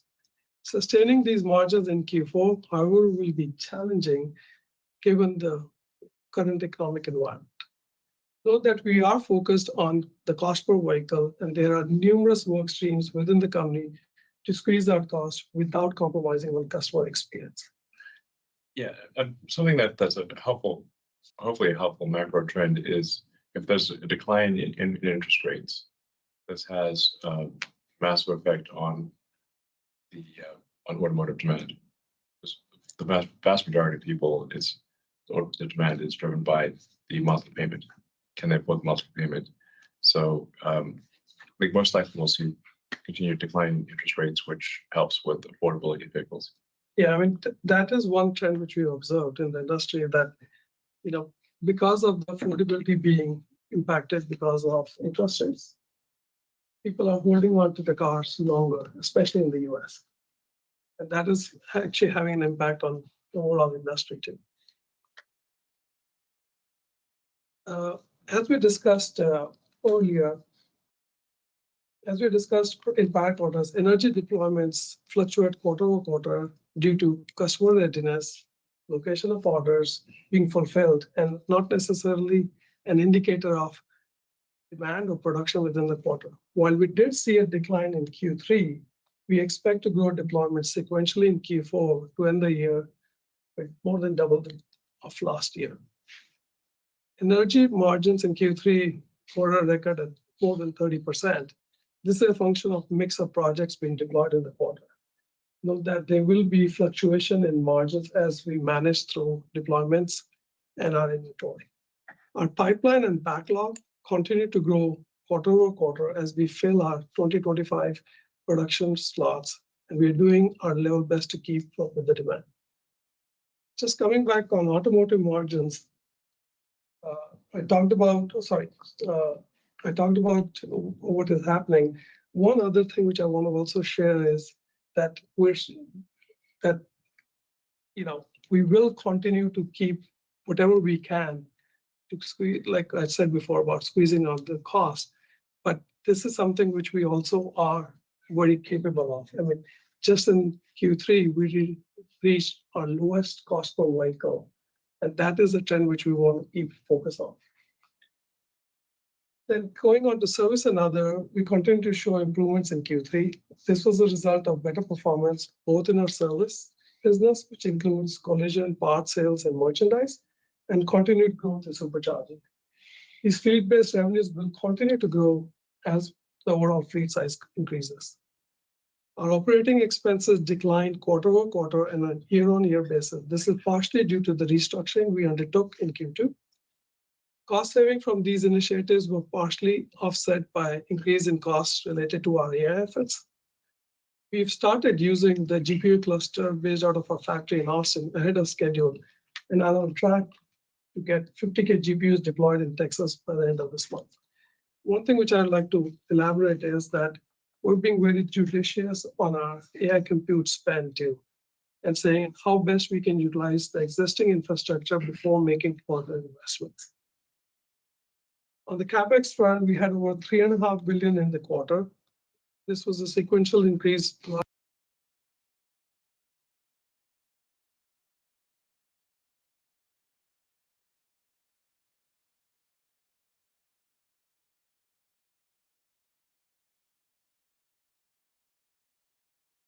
Did you guys lose audio? Yeah, we lost Tesla. Yes. But this call is absolutely freaking mind blowing. I'm catching 16 major nuggets Because that of are. investments in AI compute, Oh, Sorry. we now expect the capex for the year to be in excess of $11 billion. We shared our vision for the future at the We Robot event at the beginning of the month. The Tesla team is hyper-focused on delivering on that vision, and all efforts are underway to make it a reality. While we've achieved significant progress this year, it will take time to get this as we pioneer new and incredibly complex technologies and navigate a fragmented regulatory landscape. Future is incredibly bright, and I want to thank the Tesla team once again for all their hard work. Great. Thank you very much, Vaibhav. Now we'll go to investor questions. The first one is Tesla still on track to deliver the more affordable model next year, as mentioned by Elon earlier? And how does it align with your AI product roadmap? Sure. I mean, as Elon and Vaibhav both said, we are in plan to meet that in the first half of next year. Our mission has always been to lower the cost of our vehicles to increase the adoption of sustainable energy and transport. Part of that is lowering the cost for current vehicles, which is where all of the personally owned vehicles that we sell today come in. But the next stage in that really, as it fits into AI roadmap, is when we bring in robotaxis, which lowers the initial cost of getting into an EV. And that's really where we see the marriage of the EV roadmap and the AI roadmap. Yeah. It'll be like with incentives sub 30K, which is kind of a key threshold. Great. Thank you very much. Similar question next. When can we expect Tesla to give us the $25,000 non-robotaxi regular car model? We're not making it on robot. Yeah, all our vehicles today are robotaxis. I think we've made very clear that we're the future is autonomous. I mean, it's going to be, and I actually said this many years ago, but that in my strong belief, and I believe that is panning out to be true, and it'll be very obvious in retrospect, is that the future is autonomous electric vehicles. And non-autonomous gasoline vehicles in the future will be like riding a horse and using a flip phone. It's not that there are no horses. Yeah, there are some horses, but they're unusual. They're niche. So it just everything's going to be electric autonomous. I think this is blind, like it should be frankly blindingly obvious at this point that is the future. So a lot of automotive companies, most automotive companies, have not internalized this, which is surprising, because we've been shouting this from the rooftops for such a long time, and it will accrue to their detriment in the future. But all of our vehicles in the future will be autonomous. Even today. Yeah, yes, all the vehicles that we've really made, all the 7 million vehicles, the vast majority are capable of autonomy. We're currently making on the order of 35,000 autonomous vehicles a week. If you compare that to, say, Waymo's entire fleet, they have less than 1,000 cars. We make 35K a week. Yeah, and our cars look normal. Yeah, they mostly look normal. The Cybertruck looks, Yes. thankfully, looks abnormal. And then the Cybercab / Robotaxi, we wanted to have something futuristic looking, and I think it does look futuristic. And it's worth noting with respect to the Cybercab, it's actually not just a revolution in vehicle design, but a revolution in vehicle manufacturing that is also coming with the Cybercab. The cycle time, like the units per hour of the Cybercab line, is like, this is just really something special. I mean, this is will be half order of magnitude better than other car manufacturing lines. Like not in the same league is what I'm saying. Not in the same league. So it's and I said several years ago that maybe the hardest Tesla product to copy will be the factory. You can't just like buy a factory. You can't reverse engineer a factory. It's have to buy it. Yeah, it's like, if we can, yeah. We're rapidly evolving our manufacturing technology. So anyway, there's like basically, I think having a regular 25K model is pointless. Yeah, It would be silly. Like, it would be completely at odds with what we believe. in an autonomous world, what matters is the lowest cost per mile of efficiency of that vehicle, and that's what we've done with the Robotaxi. Exactly. Autonomous, it's fully considered cost per mile, is what matters. And if you try to make a car that is, essentially a hybrid manual automatic car, it's not going to be as good as a dedicated autonomous car.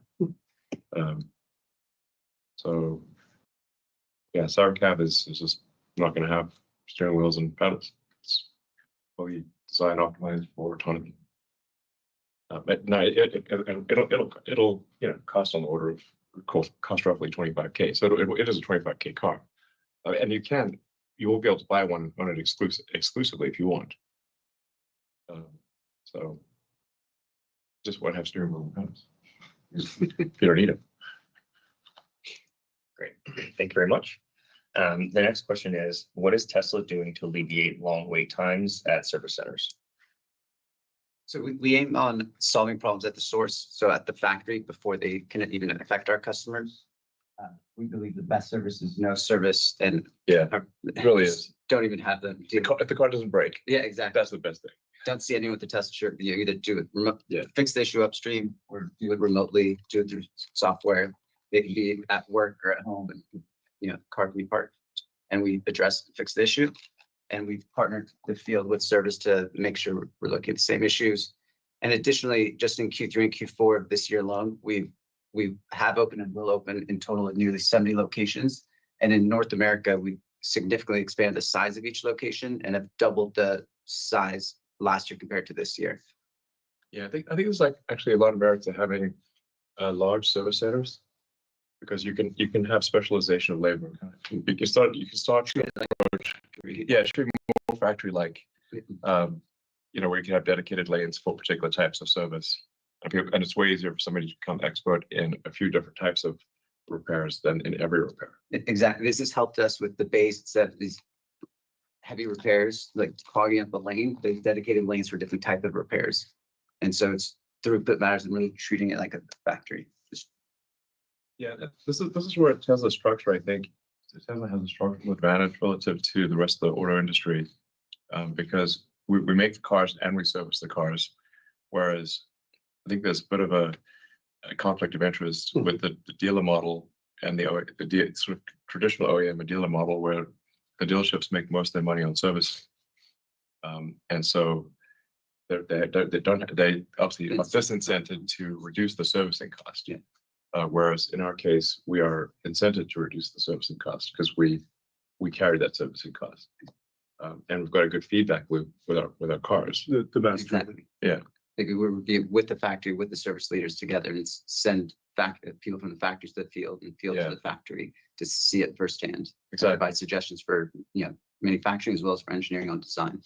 Yeah, so I view this as a fundamental structural advantage of Tesla versus the rest of the auto industry.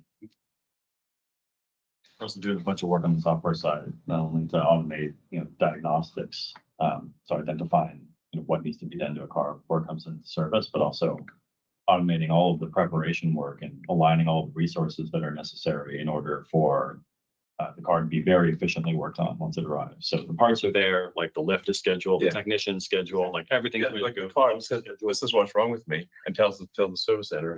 The car get everything ready in advance. Yeah, please fix me, and this is what's wrong. Yeah, this is what I recommend you do now. This is what I recommend. Yeah. Instead of customer trying to translate, the car is telling us directly, and we're pulling that. Yeah. Yeah, you don't need, most of the time you don't need to diagnose the car Exactly. when it arrives. The car, this is like, again, a fundamental technology advantage and structural advantage compared to the rest of the auto industry. I think it's underappreciated as to what all we are able to do. Yeah. And that's why, because like you said before, most of our cars, except for Cybertruck, look the same. Yeah. Right? So people don't realize that it has so much capability. Yeah. They look better than other cars, but they're not like obviously like super futuristic. Yes. Great. Thank you very much. The next question is, please provide an update on the Semi. What will the next stage of growth look like, and when will FSD be ready? Sure. So as we posted in the earnings deck, we're progressing swiftly on the build of the semi factory in our Gigafactory in Reno. We've released all our major capital expenditures for that program, and we're on track to start pilot builds in the second half of next year, with production starting the first half of 2026 and ramping really throughout the year to full production. Semi, growth will largely depend on our customers' adoption of the product. Well, I don't think we're going to be demand limited, honestly. Yeah, which I was going to say, which is like a Not at all. no-brainer for the semi, because it's really a commodity of total cost of ownership. Yes, exactly. It's good. We have kind of ridiculous demand for the semi. In that world where it's about how much do I spend to move goods exactly. cents per mile, it's a no-brainer. Yeah, fundamentally, if you've got a semi where the fully considered cost per mile per ton of transport is better than, say, a diesel truck, any company that doesn't adopt an electric semi will lose. It's not a subjective thing. It's like of whether do you like the It's a competitive. I mean, we want the stat. We want to have a beautiful semi truck, but frankly, if we made an ugly semi truck, it wouldn't matter.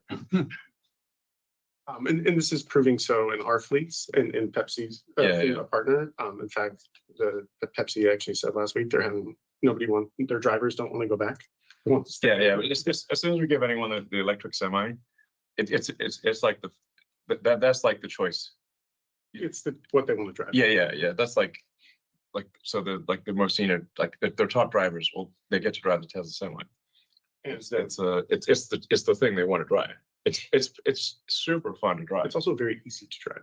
It's easy to drive, and it holds ass. Yeah. It's like fast. Yeah, super fast. Maybe too fast.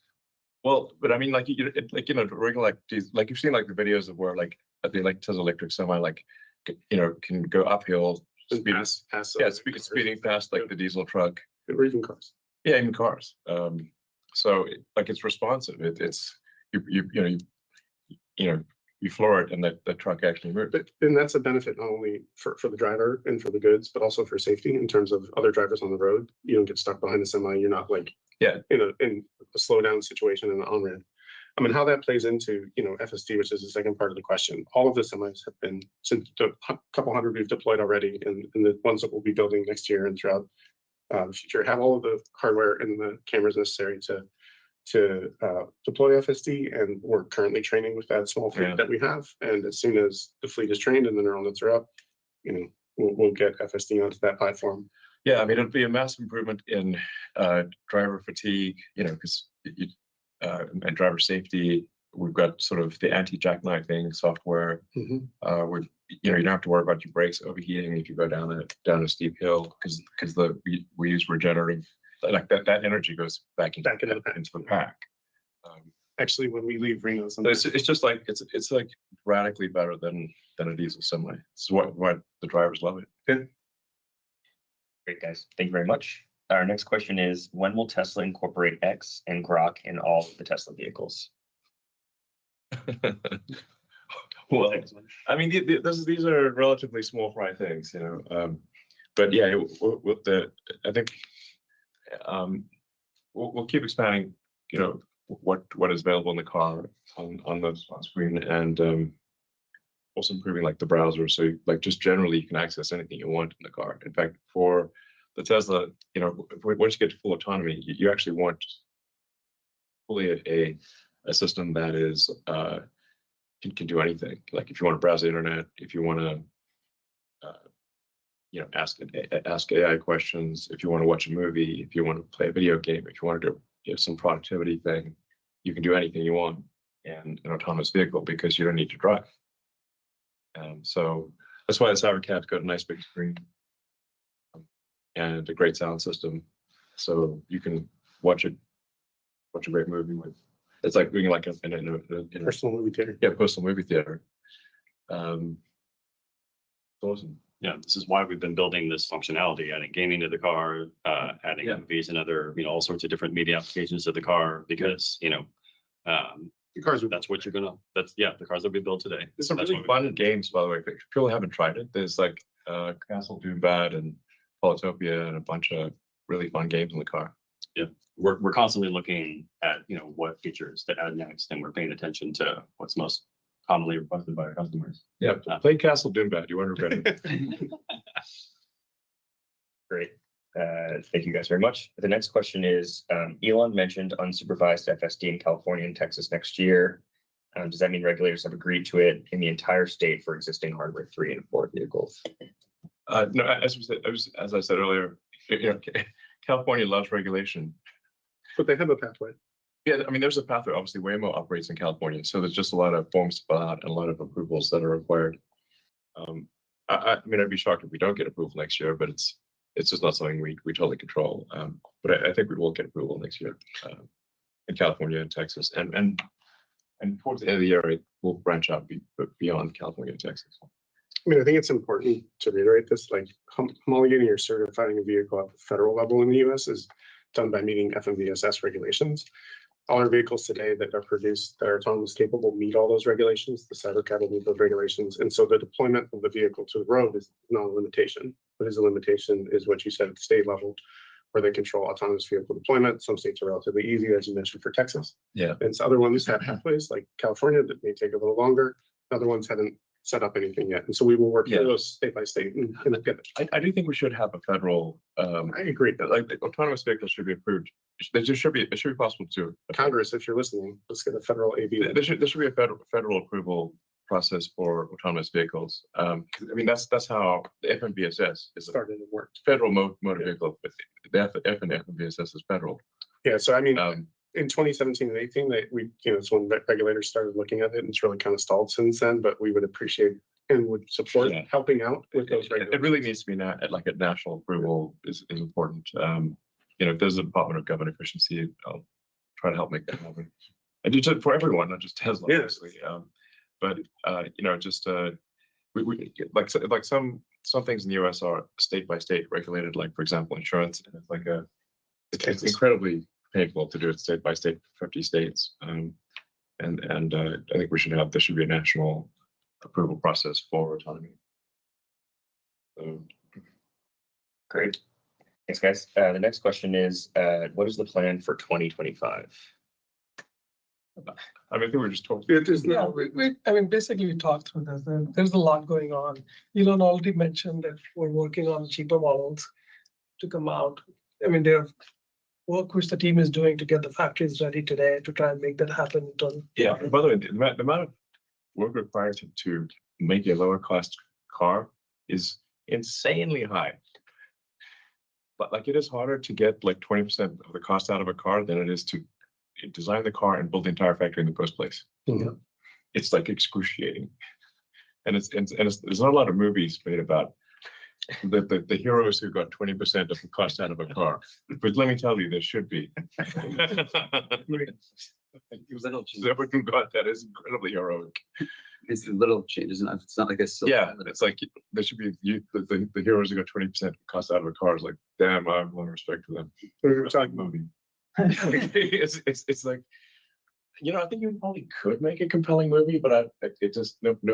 Like, if you actually saw how hard, if people actually saw how hard it was to do that, you'd be like, whoa, that's damn hard. just yesterday, we were talking about potting. Yeah, The I mean, potting honestly, material. you're like literally, yeah. I mean, there's a lot of, when I do call it sort of like getting cost out of things, it's kind of like, it's like Game of Pennies. It's like Game of Thrones, but pennies. First approximation, if you've got 10,000 items in a car, very rough approximation, and each of them costs $4, then you have a $40,000 car. So if you want to make a $35,000 car, you've got to get 50 cents on average out of the 10,000 items. Every part. Yeah. And it's like, and then obviously the best is you delete some parts. In fact, we found we're able to delete a lot of parts. I'm very excited about the cyber cap design and the how we're rethinking the design of a car for the cyber cap, designing it for ultra high volume production, and then designing a machine that builds the machine that I think is also revolutionary. And it's just that there's no other car company that's even trying to do what we're doing. Like, I've never even heard of it, actually. In fact, I'm certain there isn't one. I think our new machine that builds the machine, like it's inherent, like it's designed to be like, five times better than a traditional factory, like cycle time And like part deletion, material movement. I don't think any other car company has the same level of like integration of thought that we have when it comes to like when you design a part from a white sheet of paper, who's going to make it? Where is it going to be made? How's it going to be shipped? How's it going to be assembled into the vehicle? And like at any one point, if something is done in a silo, it becomes a bottleneck of either cost or time or efficiency. But with the robo taxi, the development, like we've done a good job on combining all that and then like blowing up how it's made and saying it should be made this way and rethinking it all so that it's the most efficient factory possible. That shows it will show in our capex efficiency when we deploy it. It shows in the number of parts, it shows in the simplicity of the vehicle, but also how it performs in terms of like end user state. Yeah. Just to close out, just on the energy front, also in 25, we will have started manufacturing at the Mega Factory Shanghai. We'll continue to increase our overall storage deployments with Powerwall 3. We plan to continue expanding our supercharging network, getting more OEMs on our network, 4680 cell ramp, as Elon talked about.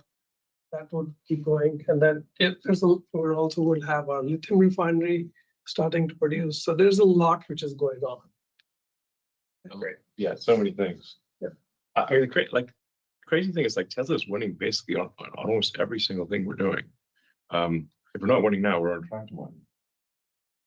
In arenas where there are entire large companies, that's the only thing they do. Yeah, I mean it's a company. There are multiple companies within the company. Yeah, Tesla's like many companies that one. Yeah. Fantastic. Thank you, guys. Just a few more. What is going on with the Tesla Roadster? Fun things. Well, I just like to thank our long-suffering deposit holders of the Tesla Roadster. The reason it hasn't come out yet is because the Roadster is not just the icing on the cake; it's the cherry on the icing on the cake. And so, our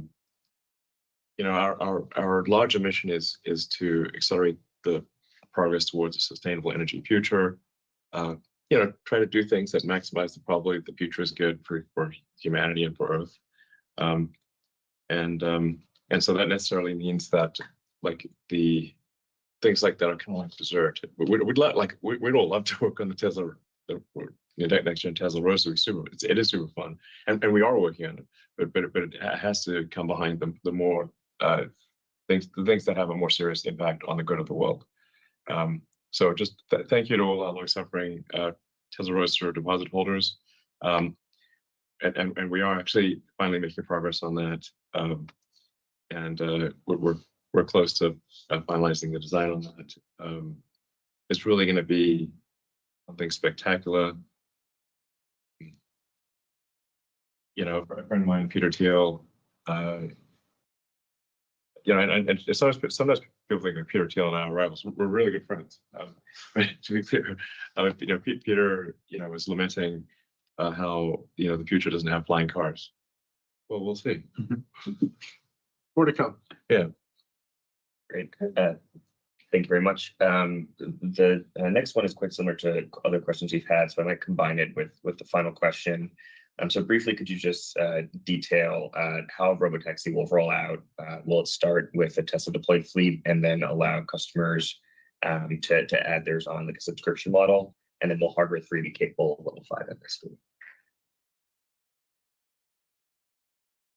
Regarding the Hardware 3, what we saw with 12.5 was it was easier to make rapid progress with starting with Hardware 4 and figuring out the solution and then backporting it to Hardware 3 instead of directly working on Hardware 3, given that Hardware 4 has more like fundamental hardware capabilities. I think that trend will continue into the next few quarters as well, where we first figure out the solution rapidly with AI4 and then backport it, write the kernels. It just takes longer to develop those things because it's not fundamentally supported in the hardware and it's emulated. But yeah, it's initially working on Hardware 4, backporting it to Hardware 3.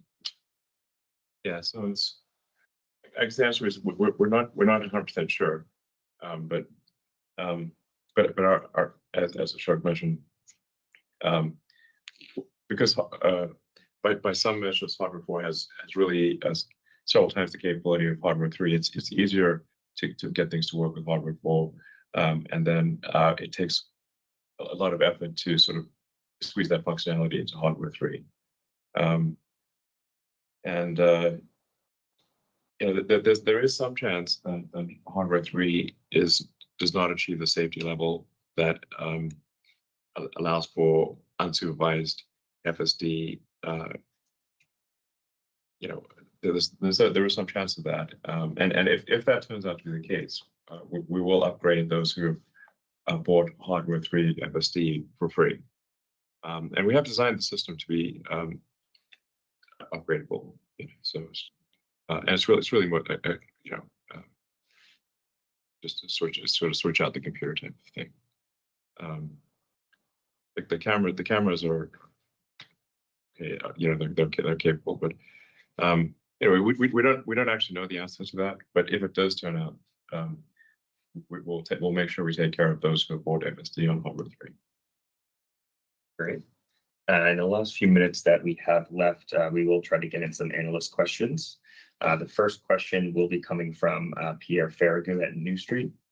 Pierre, please feel free to unmute yourself. Thanks a lot, guys, for taking my question. I was wondering about like the compute you're ramping up. So you gave like interesting statistics on how much you have, and you said you don't feel your compute constrained.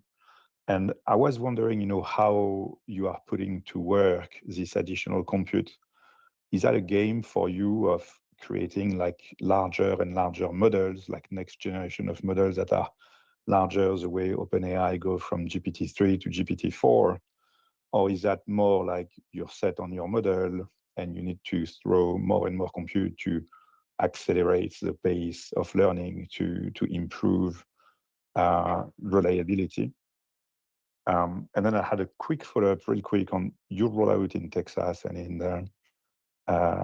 in California next year. The plan, as you see it today, is it to roll out like a fleet or two with cars that will start with like a supervisory, like some onboard supervision, someone sitting at the wheel just in case, and removing the supervisors progressively? Or are you aiming for going fully fledged without even a human supervisor when you get started? Okay, well, I guess we're going to. I'll answer. Yeah, the first part of the question. The nature of real world AI is different from, say, an LLM, in that you have a massive amount of context. So that like you've got case of Tesla 7 or 8 cameras that you know, 9 up to 9 if you include the internal camera, that so you've got gigabytes of context, and that is then distilled down into a small number of control outputs. Whereas it's like you don't really, it's very rare to have. In fact, I'm not sure any LLM out there can do gigabytes of context. And then you've got to then process that in the car with a very small amount of compute power.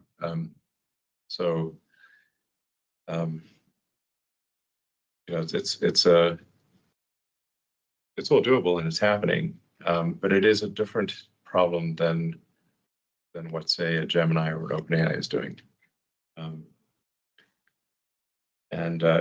Now, part of the way you can make up for the fact that the inference computer is quite small is by spending a lot of effort on training. And just like a human, like the more you train on something, the less mental workload it takes when you try when you do it. Like when the first time, like a human starts driving, it absorbs your whole mind. But then, as you train more and more on driving, get very good, then the driving becomes a background task. It only absorbs a small amount of your mental capacity because you have a lot of training. So we can make up for the fact that the inference computer is it's tiny compared to a 10 kilowatt bank of GPUs, because you've got a few hundred watts of inference compute. We can make up for that with heavy training. So yeah, that's and then there's also vast amounts of the actual petabytes of data coming in are tremendous. And then sorting out what training is important with of the vast amounts of video training or video data coming in from the fleet, what is actually most important for training? That's also quite difficult. But as I said, we're not currently training compute constrained. Ashok, do you want to elaborate on it? Yeah. Like you mentioned, the training helps both train larger models, also to train quicker. But in the end, we still got to pick which models are performing better. So the validation effort to picking the models, because the miles per intervention is pretty large, we have to drive a lot of miles to go in closed loop. We do have simulation and other ways to get those metrics. Those do help, but in the end, that's a big bottleneck. Yeah, that's why we're not training compute constraint alone. And there's other axis of scaling as well, which is data, figuring out which data is more useful. That is an important task, and we're focusing on that. Yeah. So as it relates to the second part of your question, Pierre, about safety drivers and rolling it out, each state has different requirements that, in terms of how many miles and how much time you need to have a safety driver and not have a safety driver. We're going to follow all those. We're not going to violate whatever regulations are out there, with safety as a priority. But the goal is obviously that when we're ready and safety is there, we'll remove all the drivers from the rideshare program. Yeah, I mean, I guess like we think that we'll be able to have driverless Teslas doing paid rides next year, sometime next year. All right, thank you. And our next question comes from Adam Jonas at Morgan Stanley. Adam, please feel free to unmute yourself. Okay, thanks everybody. Just had a question about the relationship between Tesla and xAI. Many investors are still not clear how the work at xAI is truly beneficial to Tesla. Some even take the view that the two companies may even be in competition with each other in terms of talent and tech, and even your time, Elon. So what's your message to investors on that relationship between Tesla and xAI, and where do you see it going over time? Thanks. Well, I should say that xAI has been helpful to Tesla AI quite a few times in terms of things like scaling up a lot of like training. Just even like recently in the last week or so, improvements in fault-tolerant training, where if you're doing a big training run and a node fails, being able to continue training and and easy to recover from on a training run. XAI has been pretty helpful. But there are different problems. XAI is working on artificial general intelligence or artificial superintelligence. Tesla is trying to make autonomous cars and autonomous robots. They're different problems. So, yeah, I mean, I think we've said this before also, like not all AI is equal, right? I mean, AI is a broad spectrum. Yeah. And we have our own swim lanes. Yes, there are certain things which we can collaborate on if needed, but for the most part, we're solving different issues. Yeah, Tesla's focused on real world AI. And like I was saying earlier, it is quite a bit different from an LLM. Because you have massive context in the form of video and some amount of audio that's got to be distilled very with extremely efficient inference compute. I do think Tesla is the most efficient in the world in terms of inference compute, because out of necessity, we have to be very good at efficient inference. We can't put 10 kilowatts of GPUs in a car.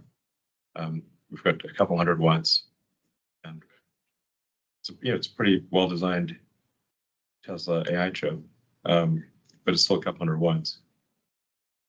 But they are different problems. I mean, it's just, like the stuff that XAI does, like when it's running inference. I mean, it is running inference, like it's answering questions, it's answering Tesla questions on a 10 kilowatt rack. It's like, can't put that in a car. It's a different problem. Please no. No, exactly. So, XAI is because I felt there wasn't a truth-seeking digital superintelligence company out there. Like that's what it came down to. That there needed to be a truth-seeking, like an AI company that is just very rigorous about being truthful. And so I'm not saying XAI is perfect, but that is that is at least the explicit aspiration. Even if something is, politically incorrect, it should still be truthful. I think this is very important for AI safety. So anyway, I think XAI it has been helpful to Tesla and will continue to be helpful to Tesla, but there are very different problems. Great. And I mean, like if you also think like what other car company has a world-class chip design team? Like zero. What other car company has a world-class AI team like Tesla does? Zero. Those were all startups that were created from scratch. Great. Thank you, Elon. And I think that's unfortunately all the time that we have for today. We appreciate all of your questions and we look forward to you next quarter. Thank you very much and goodbye.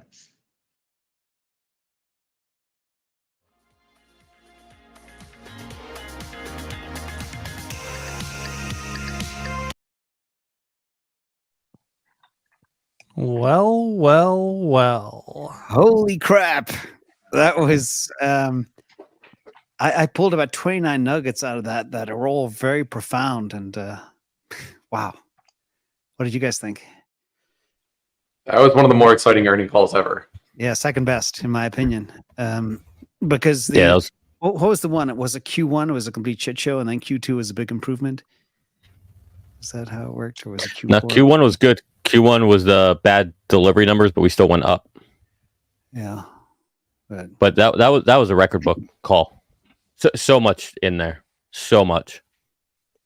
Yeah, so I captured 28 nuggets, not 29, but to look at them. First of all, they talk about robot, nobody got hurt. A lot of talk about the 25K car, a lot of confusion. Sub 30K with incentives. The robotaxi will be 25K. So a lot of people probably got tripped up on that. Did you guys? Well, so the term robotaxi is going to be sticky now. This is a technical term inside of Tesla that applies to all cars. So anytime any investor or person outside the company says the robo-taxi, they're going to get met with weird answers because all the cars are the robo-taxi. Cybercab is kind of its own thing. Robovan is kind of its own thing. So I think people are asking about Cybercab, but they use the word robo-taxi, and so they get a weird answer back out on that end. Yeah, the other cool nugget was the battery discussion, how they will be the most competitive battery company on earth. I thought that was interesting with the 4680, and they're coming out with new versions of batteries, the 4 new models, which you didn't get into, but that's big, I think. He did say North America though, not Earth, and I think it was Okay. one of the key components that he was talking about with their competitiveness was the IRA credits that they're getting. So it's still very good news for sure, but it's not like, you know, a core manufacturing reason why this is going to be the most efficient battery on Earth. So yeah, Matt, on that one, when he said net of incentives fully landed, are you saying that the 4680s are equal to, you know, what they're buying from other competitors, but only if you count in the incentives that they're getting from the government? I don't know how else you can read it, and I believe it's a $49 per kilowatt hour incentive that they're essentially getting. So it's like that's a really big piece of the overall landed cost when you're talking about battery cells. So I think if you were to, and he's saying that even today they're not at that lowest cost yet, but they're like close. And then importantly, he did say with a lot more room to go after that. So yeah, I do think they're getting a lot of credit for those incentives, which we know offset their cost of goods sold, which is, you know, kind of prudent. But in the future where those credits go away, that's going to be kind of hard to make up. Yeah, and that's with primarily imported cathodes still at this point in time. They have not fully transitioned over to their in-house dry electrode manufacturing process for their in-house cathodes. Guys, real quick, I want to continue going through James' list, but I know Emmett also has to jump in a second here. Emmett, can you just like give quickly what your thoughts are overall, high level? Yeah, I mean, high level, I was excited that he went on for a long time in the beginning. Like he seems really pumped and gave a lot of extra detail as like the, you know, the preamble or whatever, what have you, like the, you know, introduction to the earnings call more so than I can remember. I think the 4680 news is definitely positive, but in North America, he referenced a couple times, as Matt was saying. I think that's probably inclusive of the IRA credits. And then they, what was kind of surprising to me also was that, you know, he said after the We Robot event, they've noticed a significant uptake in full self-driving take rate. So that extra exposure they and maybe demonstrations that they showed helped with the awareness and get people to start signing up, more people to start signing up for the full self-driving. So maybe they're ready to release some metrics about people signing up for full self-driving soon. We'll see. But overall, it was a great call. I mean, a lot of times I can think like, do I think it was a great call because the stock kept going up during the call, or do I think it was genuinely a great call because of the content? And I can't tell the difference on this one, to be honest. You know, like sometimes there's earning calls where I feel like, oh, is it bad earnings call, or just because the stock went down during the earnings call, you know, the sentiment or whatever. But this one, I'm happy this, obviously, and the content was great. But you know, was it like a record of nuggets dropped in this content of this call? I'm not so sure, but overall, I'm very happy with it. Emmett, just again before you drop off, you know, I guess to push back a little bit on the Nuggets. I mean, the fact that they are already doing unsupervised so drives in the Bay Area with employees or whatnot. I mean, what'd you take from that? Because that was something that I think some of us had expected or predicted was happening behind the scenes, but the confirmation is pretty big. Well, didn't they say they have the employee sitting in the car, but or did I misunderstand that? Is it like the car driving by itself with the employee in the back seat or something? It's picking up employees as a cyber cab. They have the app working. They have the locations. They locked up the cybersecurity. It's live. When I heard that, I was like, holy crap, I was not aware of that. So that's big. To your point, though, So Emmett, the there is employees are a in the safety back seat. driver. Yeah, there's a safety driver in the front seat right That's what I now would think, because yeah. that is and Lars made that point. It's mandatory per California state regulations, and they have not demonstrated enough data yet to be able to remove that driver. But yeah, it's operating. Yeah, I mean, every day as it is anyway. I'm just the safety driver, but I'm letting the car drive me. But like when they actually have no one sitting in the front seat, like no safety driver, and it's in some test phase, that would be a nice step forward. I'm looking for. Yeah, I guess to me it was just more bullish because that is the pre-step before you go to no one behind the driver's seat. And so I think everybody up to this point had been anticipating we'd have to do that, and then we can get to the no one behind the seat. But it seems that that whole timeline shifting left because they're already testing that out. They're already doing that, which I think is a big signal. So that's how I took it. Robotaxi is live, and nobody knew about that. So it's big, even with the safety driver, when you consider a lot of the Waymos are teleoperated as well. Anyway, yeah. Big. Any other thoughts on it before you drop? No, I mean, I think overall I'm very happy. I was confused about, how they commented on the first two questions. It didn't seem to jive with what I was interpreting as the Outlook product section we went over pre-call. So I couldn't quite make sense of it. Maybe I just wasn't focusing enough. I'll listen to that part again later. So I couldn't tell if they're still building a lower cost vehicle that's cab that people can buy or not. I couldn't, or they're just using the current Model 3, Model Y infrastructure trying to get costs lower with better incentives. Maybe the incentive is going to be like, buy this Model 3 hardware 4 for $15,000 as long as you let us put it in our robotaxi network, when you're not using it, for example. I don't know. So it could be something like that. I'm wondering if there's some kind of creative way to lower the cost of the current cars. But that was my final thought. For me, I thought it was kind of clear. I mean, you guys all let me know if I'm wrong, but it seemed pretty clear that essentially what we knew before today's, what the product roadmap was, where there would be this extra vehicle that's lower cost, built kind of as a hybrid between the unbox and what's going on with the 3-in-Y line is still in play to come out in 2025. That was my understanding. Yeah, that was my understanding as well. And I think that the comment that I made earlier, Emmett, about confusion around the term robotaxi, I think that that was the question where that came up. The question specifically called out, the robotaxi with steering wheel and pedals. And that's when, because they used the term robotaxi instead of cybercab, that they got a confusing answer. Correct. Every Tesla is a robotaxi. Yeah. Cybercab has no pedals or steering wheel. Yep. There's also a weird observation because I've watched all these earnings calls and I always watch the chart at the same time, which is up now.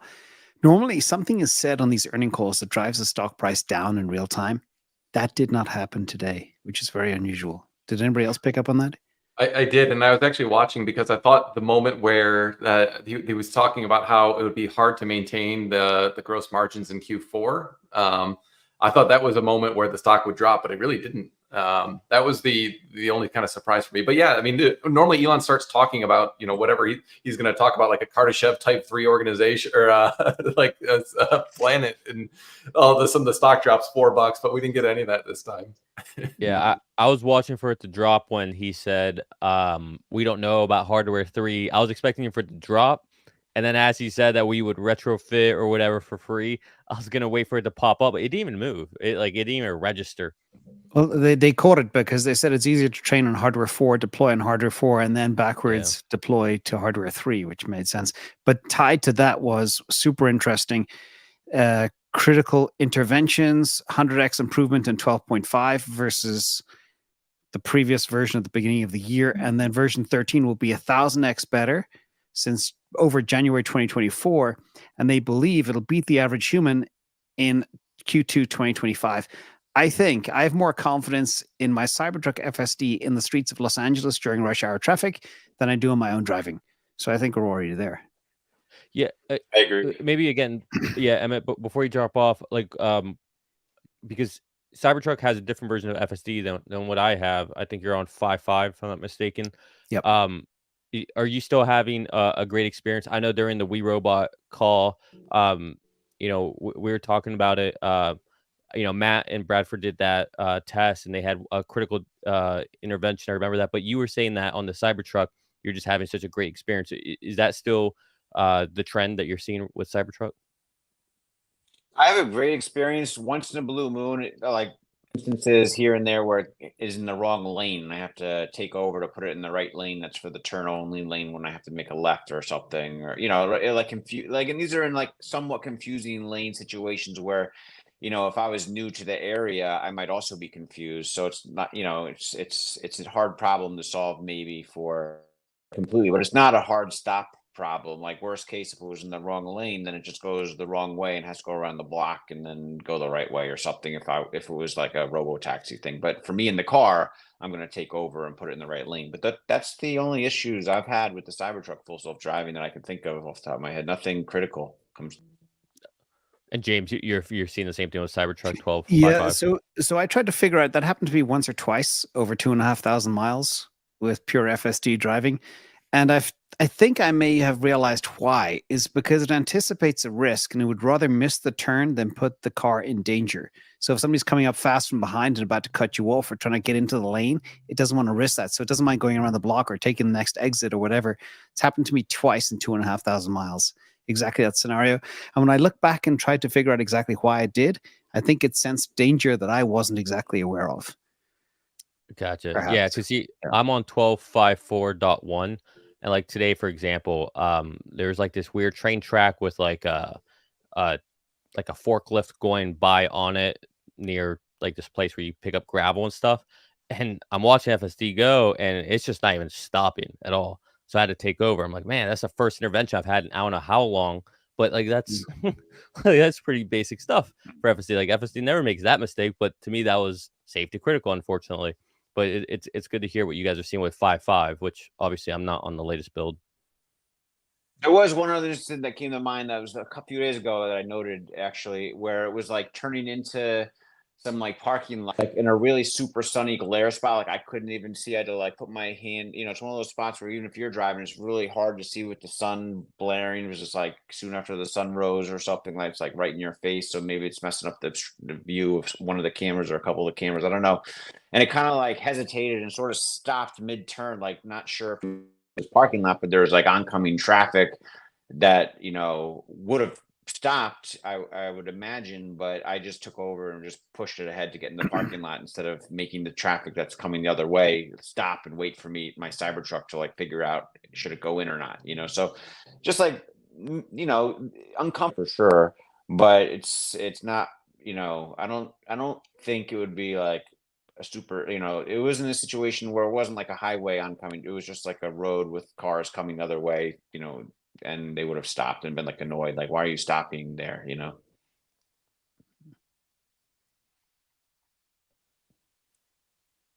There was another very profound point, if you've got a moment to insert it. It was regarding the 22 degrees of freedom, Optimus, extremely human-like, the most advanced robot by a long shot. We have all the ingredients to scale. The competition is missing the AI brain and the ability to scale to high volume production. He said that with such confidence. I thought that was quite profound. Thoughts?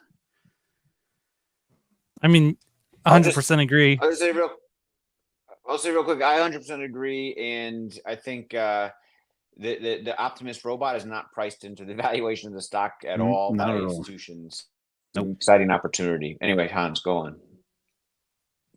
Yeah, that essentially my point exactly. There's no one else who has all of the components, and then I think people who are super excited about Figure, which I think is an interesting company. The thing that you've got to wrestle with is where's their cortex. Like, I'm sorry, but I don't see the likelihood that the exact same types of training that OpenAI does, which is essentially what they're kind of right now banking on for Figure, are going to port super well to the humanoid form factor for all the different things that they want to solve. Whereas Tesla has the experience of setting up the entire data flywheel and the training process, using video data to solve real world autonomy for the car. And while, that's just the beginning of solving autonomy for the Optimus robot, that video training schema is definitely, I think, an incredibly huge and important piece for solving the Optimus humanoid robot problem. and there just isn't anyone who has the experience, the data, or the training setup to even begin to tackle that problem. I mean, it's the most important part by a country mile. I mean, you could imagine a scenario where, let's say, Tesla outsourced manufacturing and design of the bot to a company like Figure, but like Tesla had Cortex and could, train at scale. Like, where would most of the margins in a scenario like that accrue to? Like a company like Figure, that, let's just say that they actually did have the manufacturing expertise to scale up, which they don't. Let's just hypothetically, or like the company that can actually use this or develop the software to make the work that it's doing actually useful. It seems very clear to me that the hardware is going to be kind of roughly commoditized in the long run, because it'll all be relatively performant. I think Tesla has some stuff that's actually important about like long-term manufacturability and things like that are very, very important. I don't want to minimize the importance of them, but really having the brain is by far the more important thing if you're trying to rapidly train for like thousands or hundreds of thousands or eventually millions of different like job types that are out there. Having that data flywheel and that training flywheel is like absolutely critical. And I think everyone I'm hearing talk about bots, like unless they're talking about Tesla, they're not talking about that component of it, which is, I think, exactly to your point, Hans, the most important by far.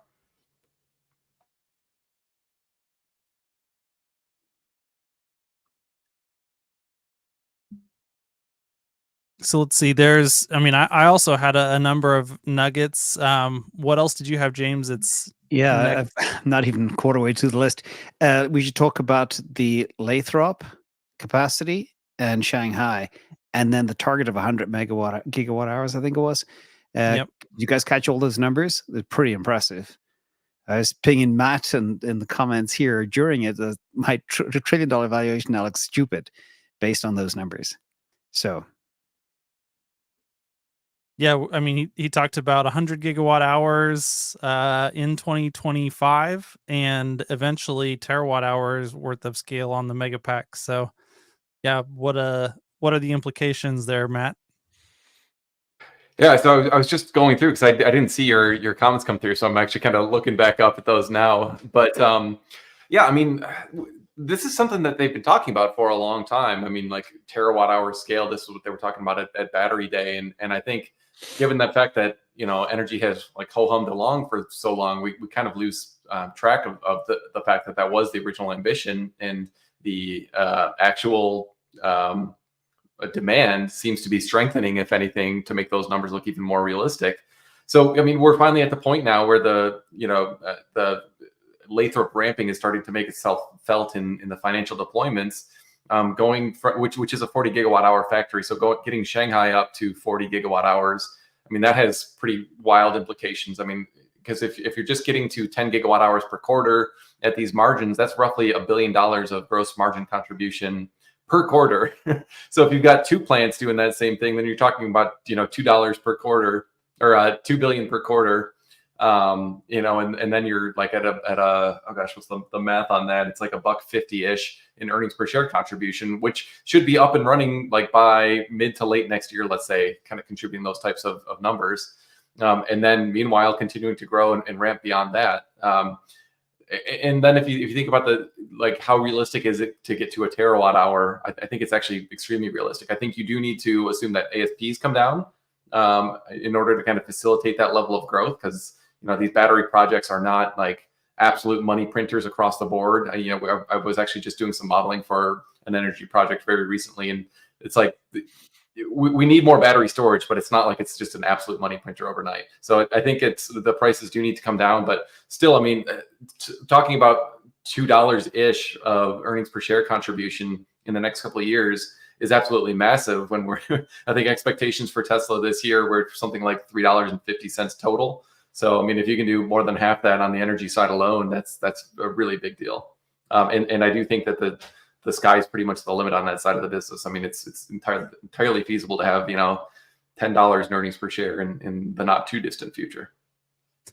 And do you have a view on the, if we're bringing 60 gigawatt hours worth of capacity online in 2025, Do you think that part of that's in Fremont, part of that's in China? Is that all Shanghai? Is that Shanghai plus a third location? What's your view on that? Well, so we know Shanghai's going to be 40, right? But I think we all kind of think that they're sandbagging that a little bit. The initial capacity of the vehicles was only 400,000 too, and they were well in excess of that with the actual production before they finally updated. They're like, oh yeah, by the way, it's going to be like 900,000 or whatever it was. Yeah. So Lathrop, maybe I think 40 is probably reasonable. I've been there. It's actually a pretty small site, so I don't think they could get to like 50 or something more substantial than that without just in that facility footprint, because it is so small. But I think a lot of people forget that they were actually talking about building 4680 lines at Giga Nevada and actually making megapacks there. This is something Elon said. He kind of like dropped it nonchalantly at his talk there. Maybe it was 2 years ago or so, that they're going to be making 4680s for stationary storage at Giga Nevada and using those for megapacks. So, wouldn't surprise me if we get, I think that was with the 100 gigawatt hour total expansion, but most of that going to auto at Giga Nevada. So maybe you get, 20 gigawatt hours or so going to stationary storage out of that kind of cell supply. So that, to me, that seems like a reasonable outcome. So maybe you've got, 40 in Lathrop, 10 or 20 in Giga Nevada, and then 50, 60, maybe even 80 in Shanghai. And, by 2026 or so, kind of getting to those levels. To me, that seems like a very reasonable kind of outcome. And they've already announced all those things. Yeah, and especially with the, kind of demand pocket for batteries in the, given the lack of growth in EVs that we're seeing, like there's kind of a glut of availability of batteries. So it seems like scaling storage rapidly while prices for batteries are this low makes a lot of sense.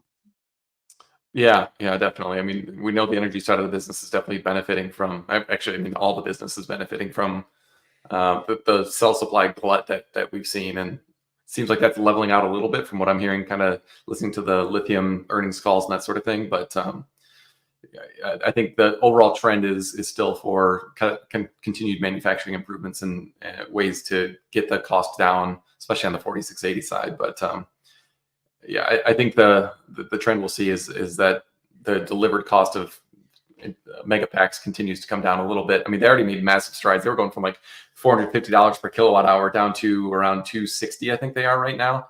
Absolutely massive improvement in just like a couple of years. And so that's done, I think, a lot for increasing demand. And then also wanted to call out from earlier in the call, he said at least 2 million units per year of Cybercab. They're going to start ramping production of Cybercab to volume in 2026, not just beginning production in 2026. And they said ultimately potentially as much as 4 million units per year on the Cybercab.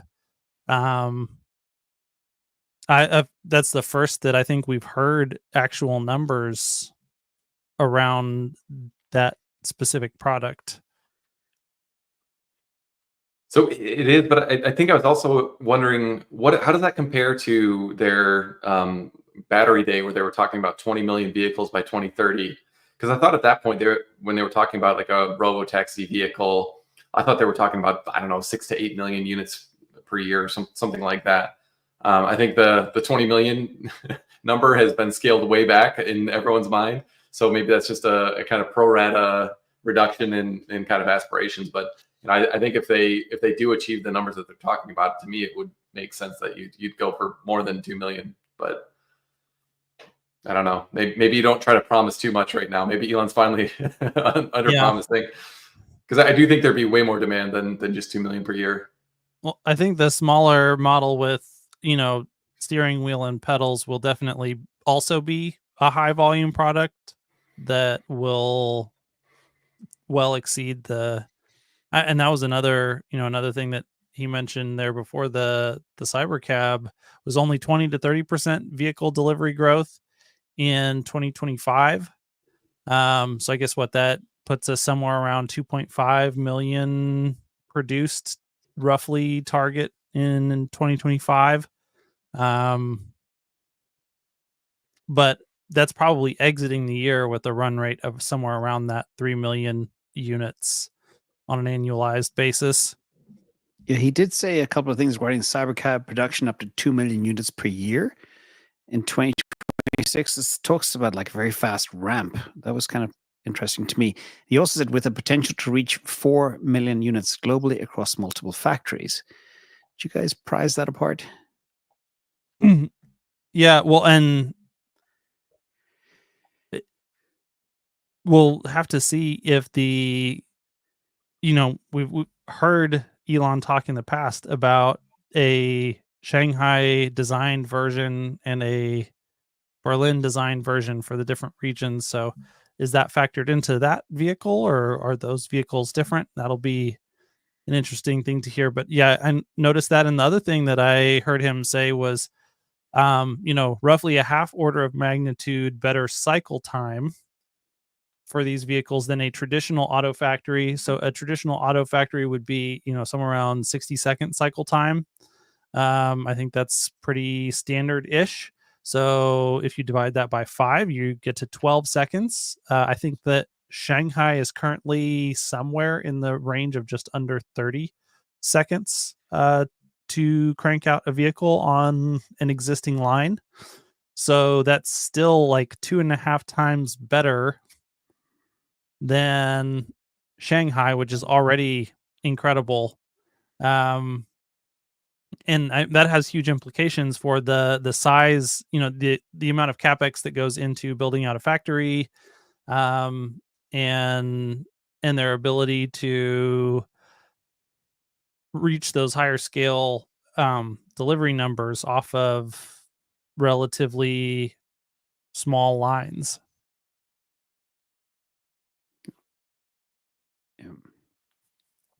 The other thing was super interesting to me was the FSD adoption rate. We touched on it briefly, but the halo effect of 1010 was a huge catalyst for that adoption, which I did not expect.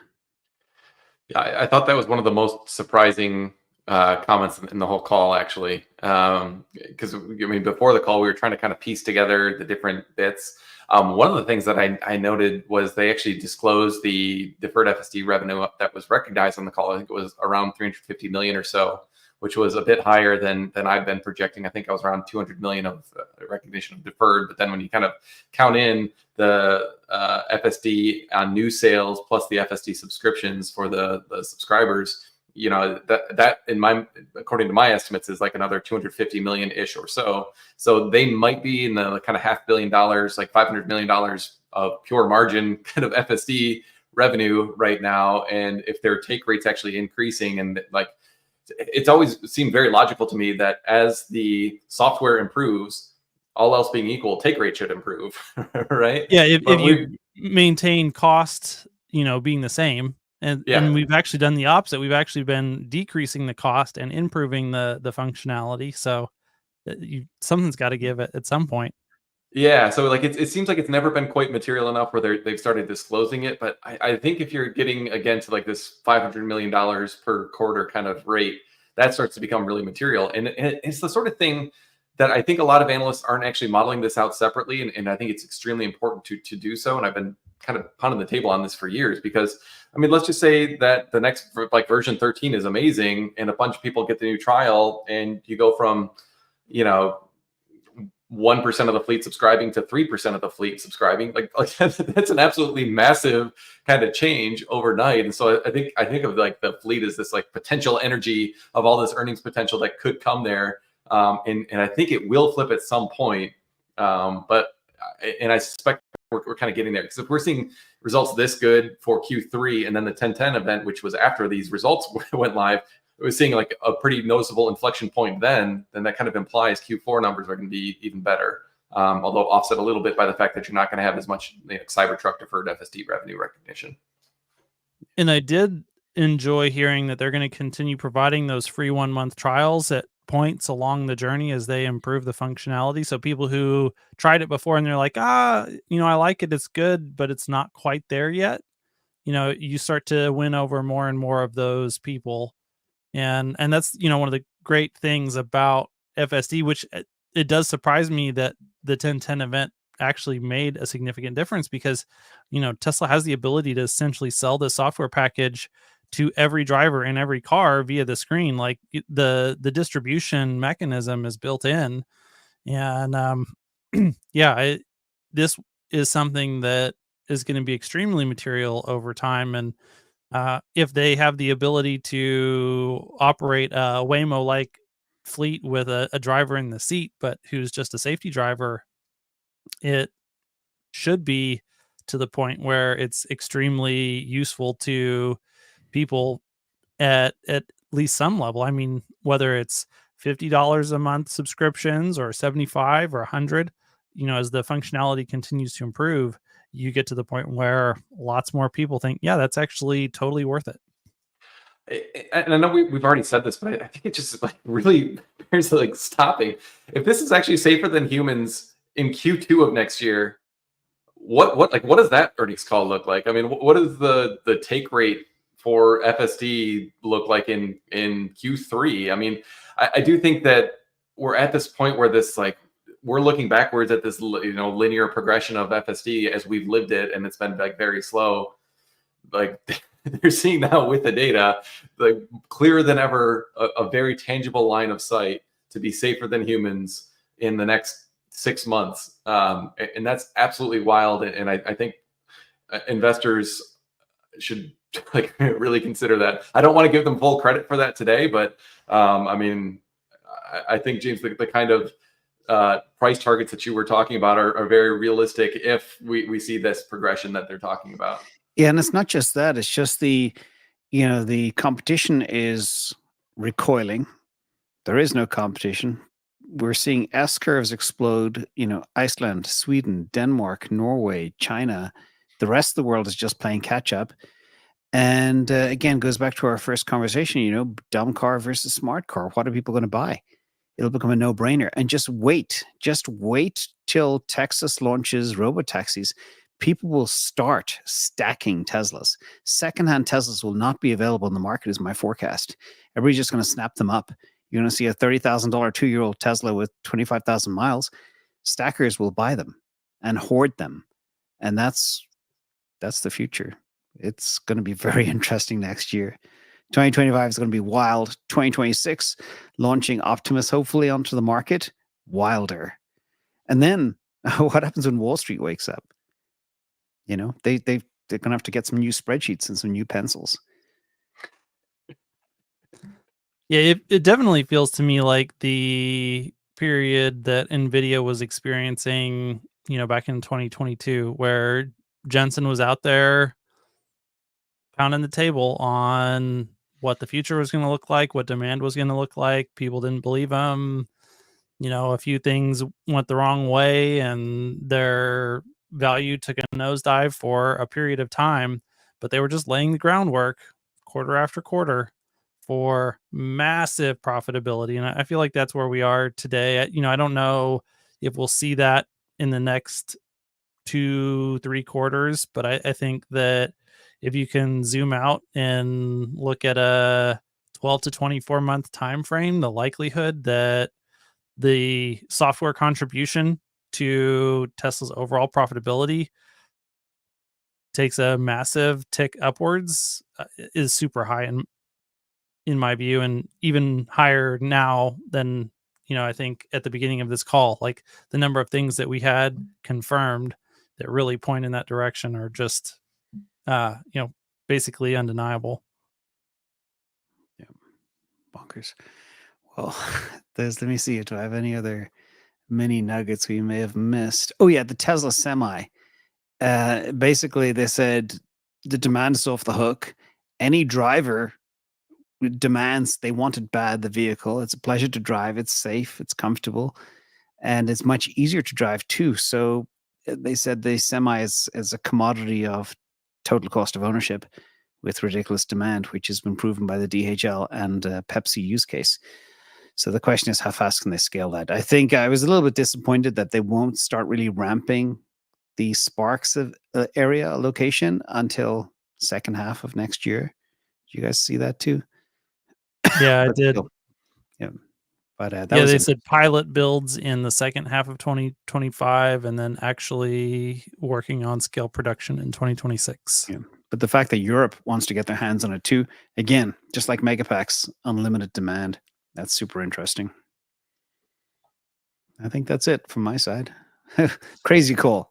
Poor Crazy. Roadster people, though, still being left out to dry. The cherry on top of the icing on top of the cake, which is dead right. The focus is sustainability. So I hope people understood that. Yep. Before. Yeah, but definitely no solid timelines. They said, "Oh, we're almost done finalizing the design." It's like, okay, we have no concrete timelines, but that is okay. You know, I think the thing about the Roadster is it exists to make the semi program look fast. This is true. Yeah. And the Peter Thiel comment regarding the flying car, they keep hinting at that. Well, he already has one. That's there's already a Roadster flying in space. So true. I guess orbiting technically, but yeah. You know, that first call too, where he was, or the first question where he was just talking about the fact that like all these are going to be robo taxis, and that's really the focus. I think that really is the fundamental takeaway and the thing that everyone should be focusing on. Yes, like semi matters, energy ramp is super exciting, but I mean, like the real meat and potatoes is what's going on with autonomy, and it's. I really love the way that he framed it by comparing to like the data rate that Waymo has and that kind of feedback loop. It's something that we all know, being the nerds that we are, but I feel like you need to keep like pounding the table on that for Wall Street to get it. But I suspect they won't until we start actually getting to the point where like there's a consensus of everyone that like I just don't intervene anymore. and I don't think we're there. I don't think we're really even close to there yet, at least from a how many orders of magnitude do we need to get to? Maybe Emmett is in his hardware 4 Cybertruck in his particular location. But I mean, yeah, we're still seeing issues all the time on both hardware 4 and 3 vehicles right now. I just want to come back to that point actually about their, Ashok's comments on developing, the bleeding edge of development for FSD is going to move to hardware 4 or AI 4, and that makes a ton of sense, but that they can then backport that software to hardware 3. And I think for the foreseeable future, that backporting is totally feasible, and it's going to happen. I think the further and further down the line we get, the longer it will take to do the work to make the stuff backwards compatible to hardware 3. But this is 100% in line with the expectations that I've had for what this would look like. And then, you can, if you think about how much capex is involved in doing that free upgrade to an FSD, like a hybrid, an AI 3 board with a AI 4 chip on it in millions of vehicles, like that's really expensive. It totally makes sense. It's absolutely feasible to do, but think about how much money you can spend optimizing the software to just make the software work on hardware 3 before you're willing to spool up an entire chip line to make these millions of chips and actually install these weird retrofit computers, because the AI 4 computers are not directly compatible. Like that's not an easy swap that you can do.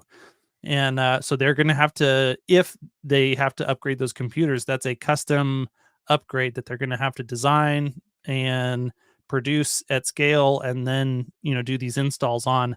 And so that's, a pretty significant amount of cost. And so that makes it like, if that's what you're looking at having to do, well, yeah, it makes sense to spend quite a bit of engineering effort to actually just make the software work on the existing hardware 3 platform, if that's possible. And Elon's right, it may not be possible. We don't know. I think my reading of the tea leaves is that that's more like it's probably a 60 to 70% chance that hardware 3 will still be able to achieve better than human safety rating. and that those hardware upgrades won't actually be necessary. But if it is, then Tesla will solve it. They'll build those chips, they'll put them in the cars, because when you're looking at that car could earn hundreds of thousands of dollars over the course of its lifetime, its useful lifetime, and it's going to cost you on average maybe $3,000 to put that new computer in the car. Well, of course you're going to do that. So this is the most obvious outcome, I think, that could possibly have been revealed. It's just nice to hear it officially said by Elon and Ashok and Tesla, because there's so much FUD around this that people invent a lot of very unlikely hypothetical scenarios that they think is going to happen that were totally not going to happen. Yeah, I did think that was a great answer. But both as a customer and as an investor, like, we think it'll work. We're gonna try to squeeze as much juice out of hardware 3 if possible. But frankly, just we can't know the answer to that. So I love the honesty. But if not, then here's what we'll do.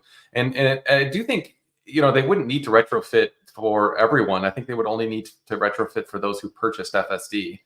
Or wanted to contribute their hardware 3 vehicle to the robotaxi network, right? Which will probably be a lot. Yeah, so it probably would be, but I think Tesla probably wouldn't be on the hook to do that unless you actually opt to buy FSD. So then, if you let's say you're true.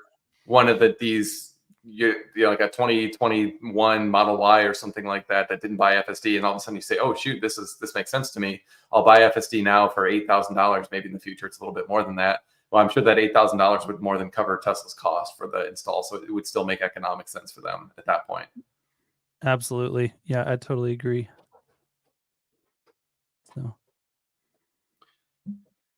all right. Any other nuggets? Did we miss anything else? No, actually, I just finished writing a Substack. It's going to go out right now that has everything summarized. So while I'm talking, I'm multitasking. That's magic. Yeah. Yep. So it was a great show. I want to thank you both. Thank you, Hans. Great meeting you as well, Matt. Really appreciate all the insight, and Emmett as well, and Nico. I think it was a very good match, and let's keep the good juju going, and hope everybody like we've had 22 months to stack this puppy, and I still pinch myself every day. My dream would be for it to stay at $200 for the next year and then rotate crypto into it, but that may not happen. Looks like the barn has left the stable, or the horse has left the stable. I'm tired. Yep. Yeah. Anyway, thank you all. Appreciate you guys, and I hope to see you soon. Yeah, have a great evening. Cheers.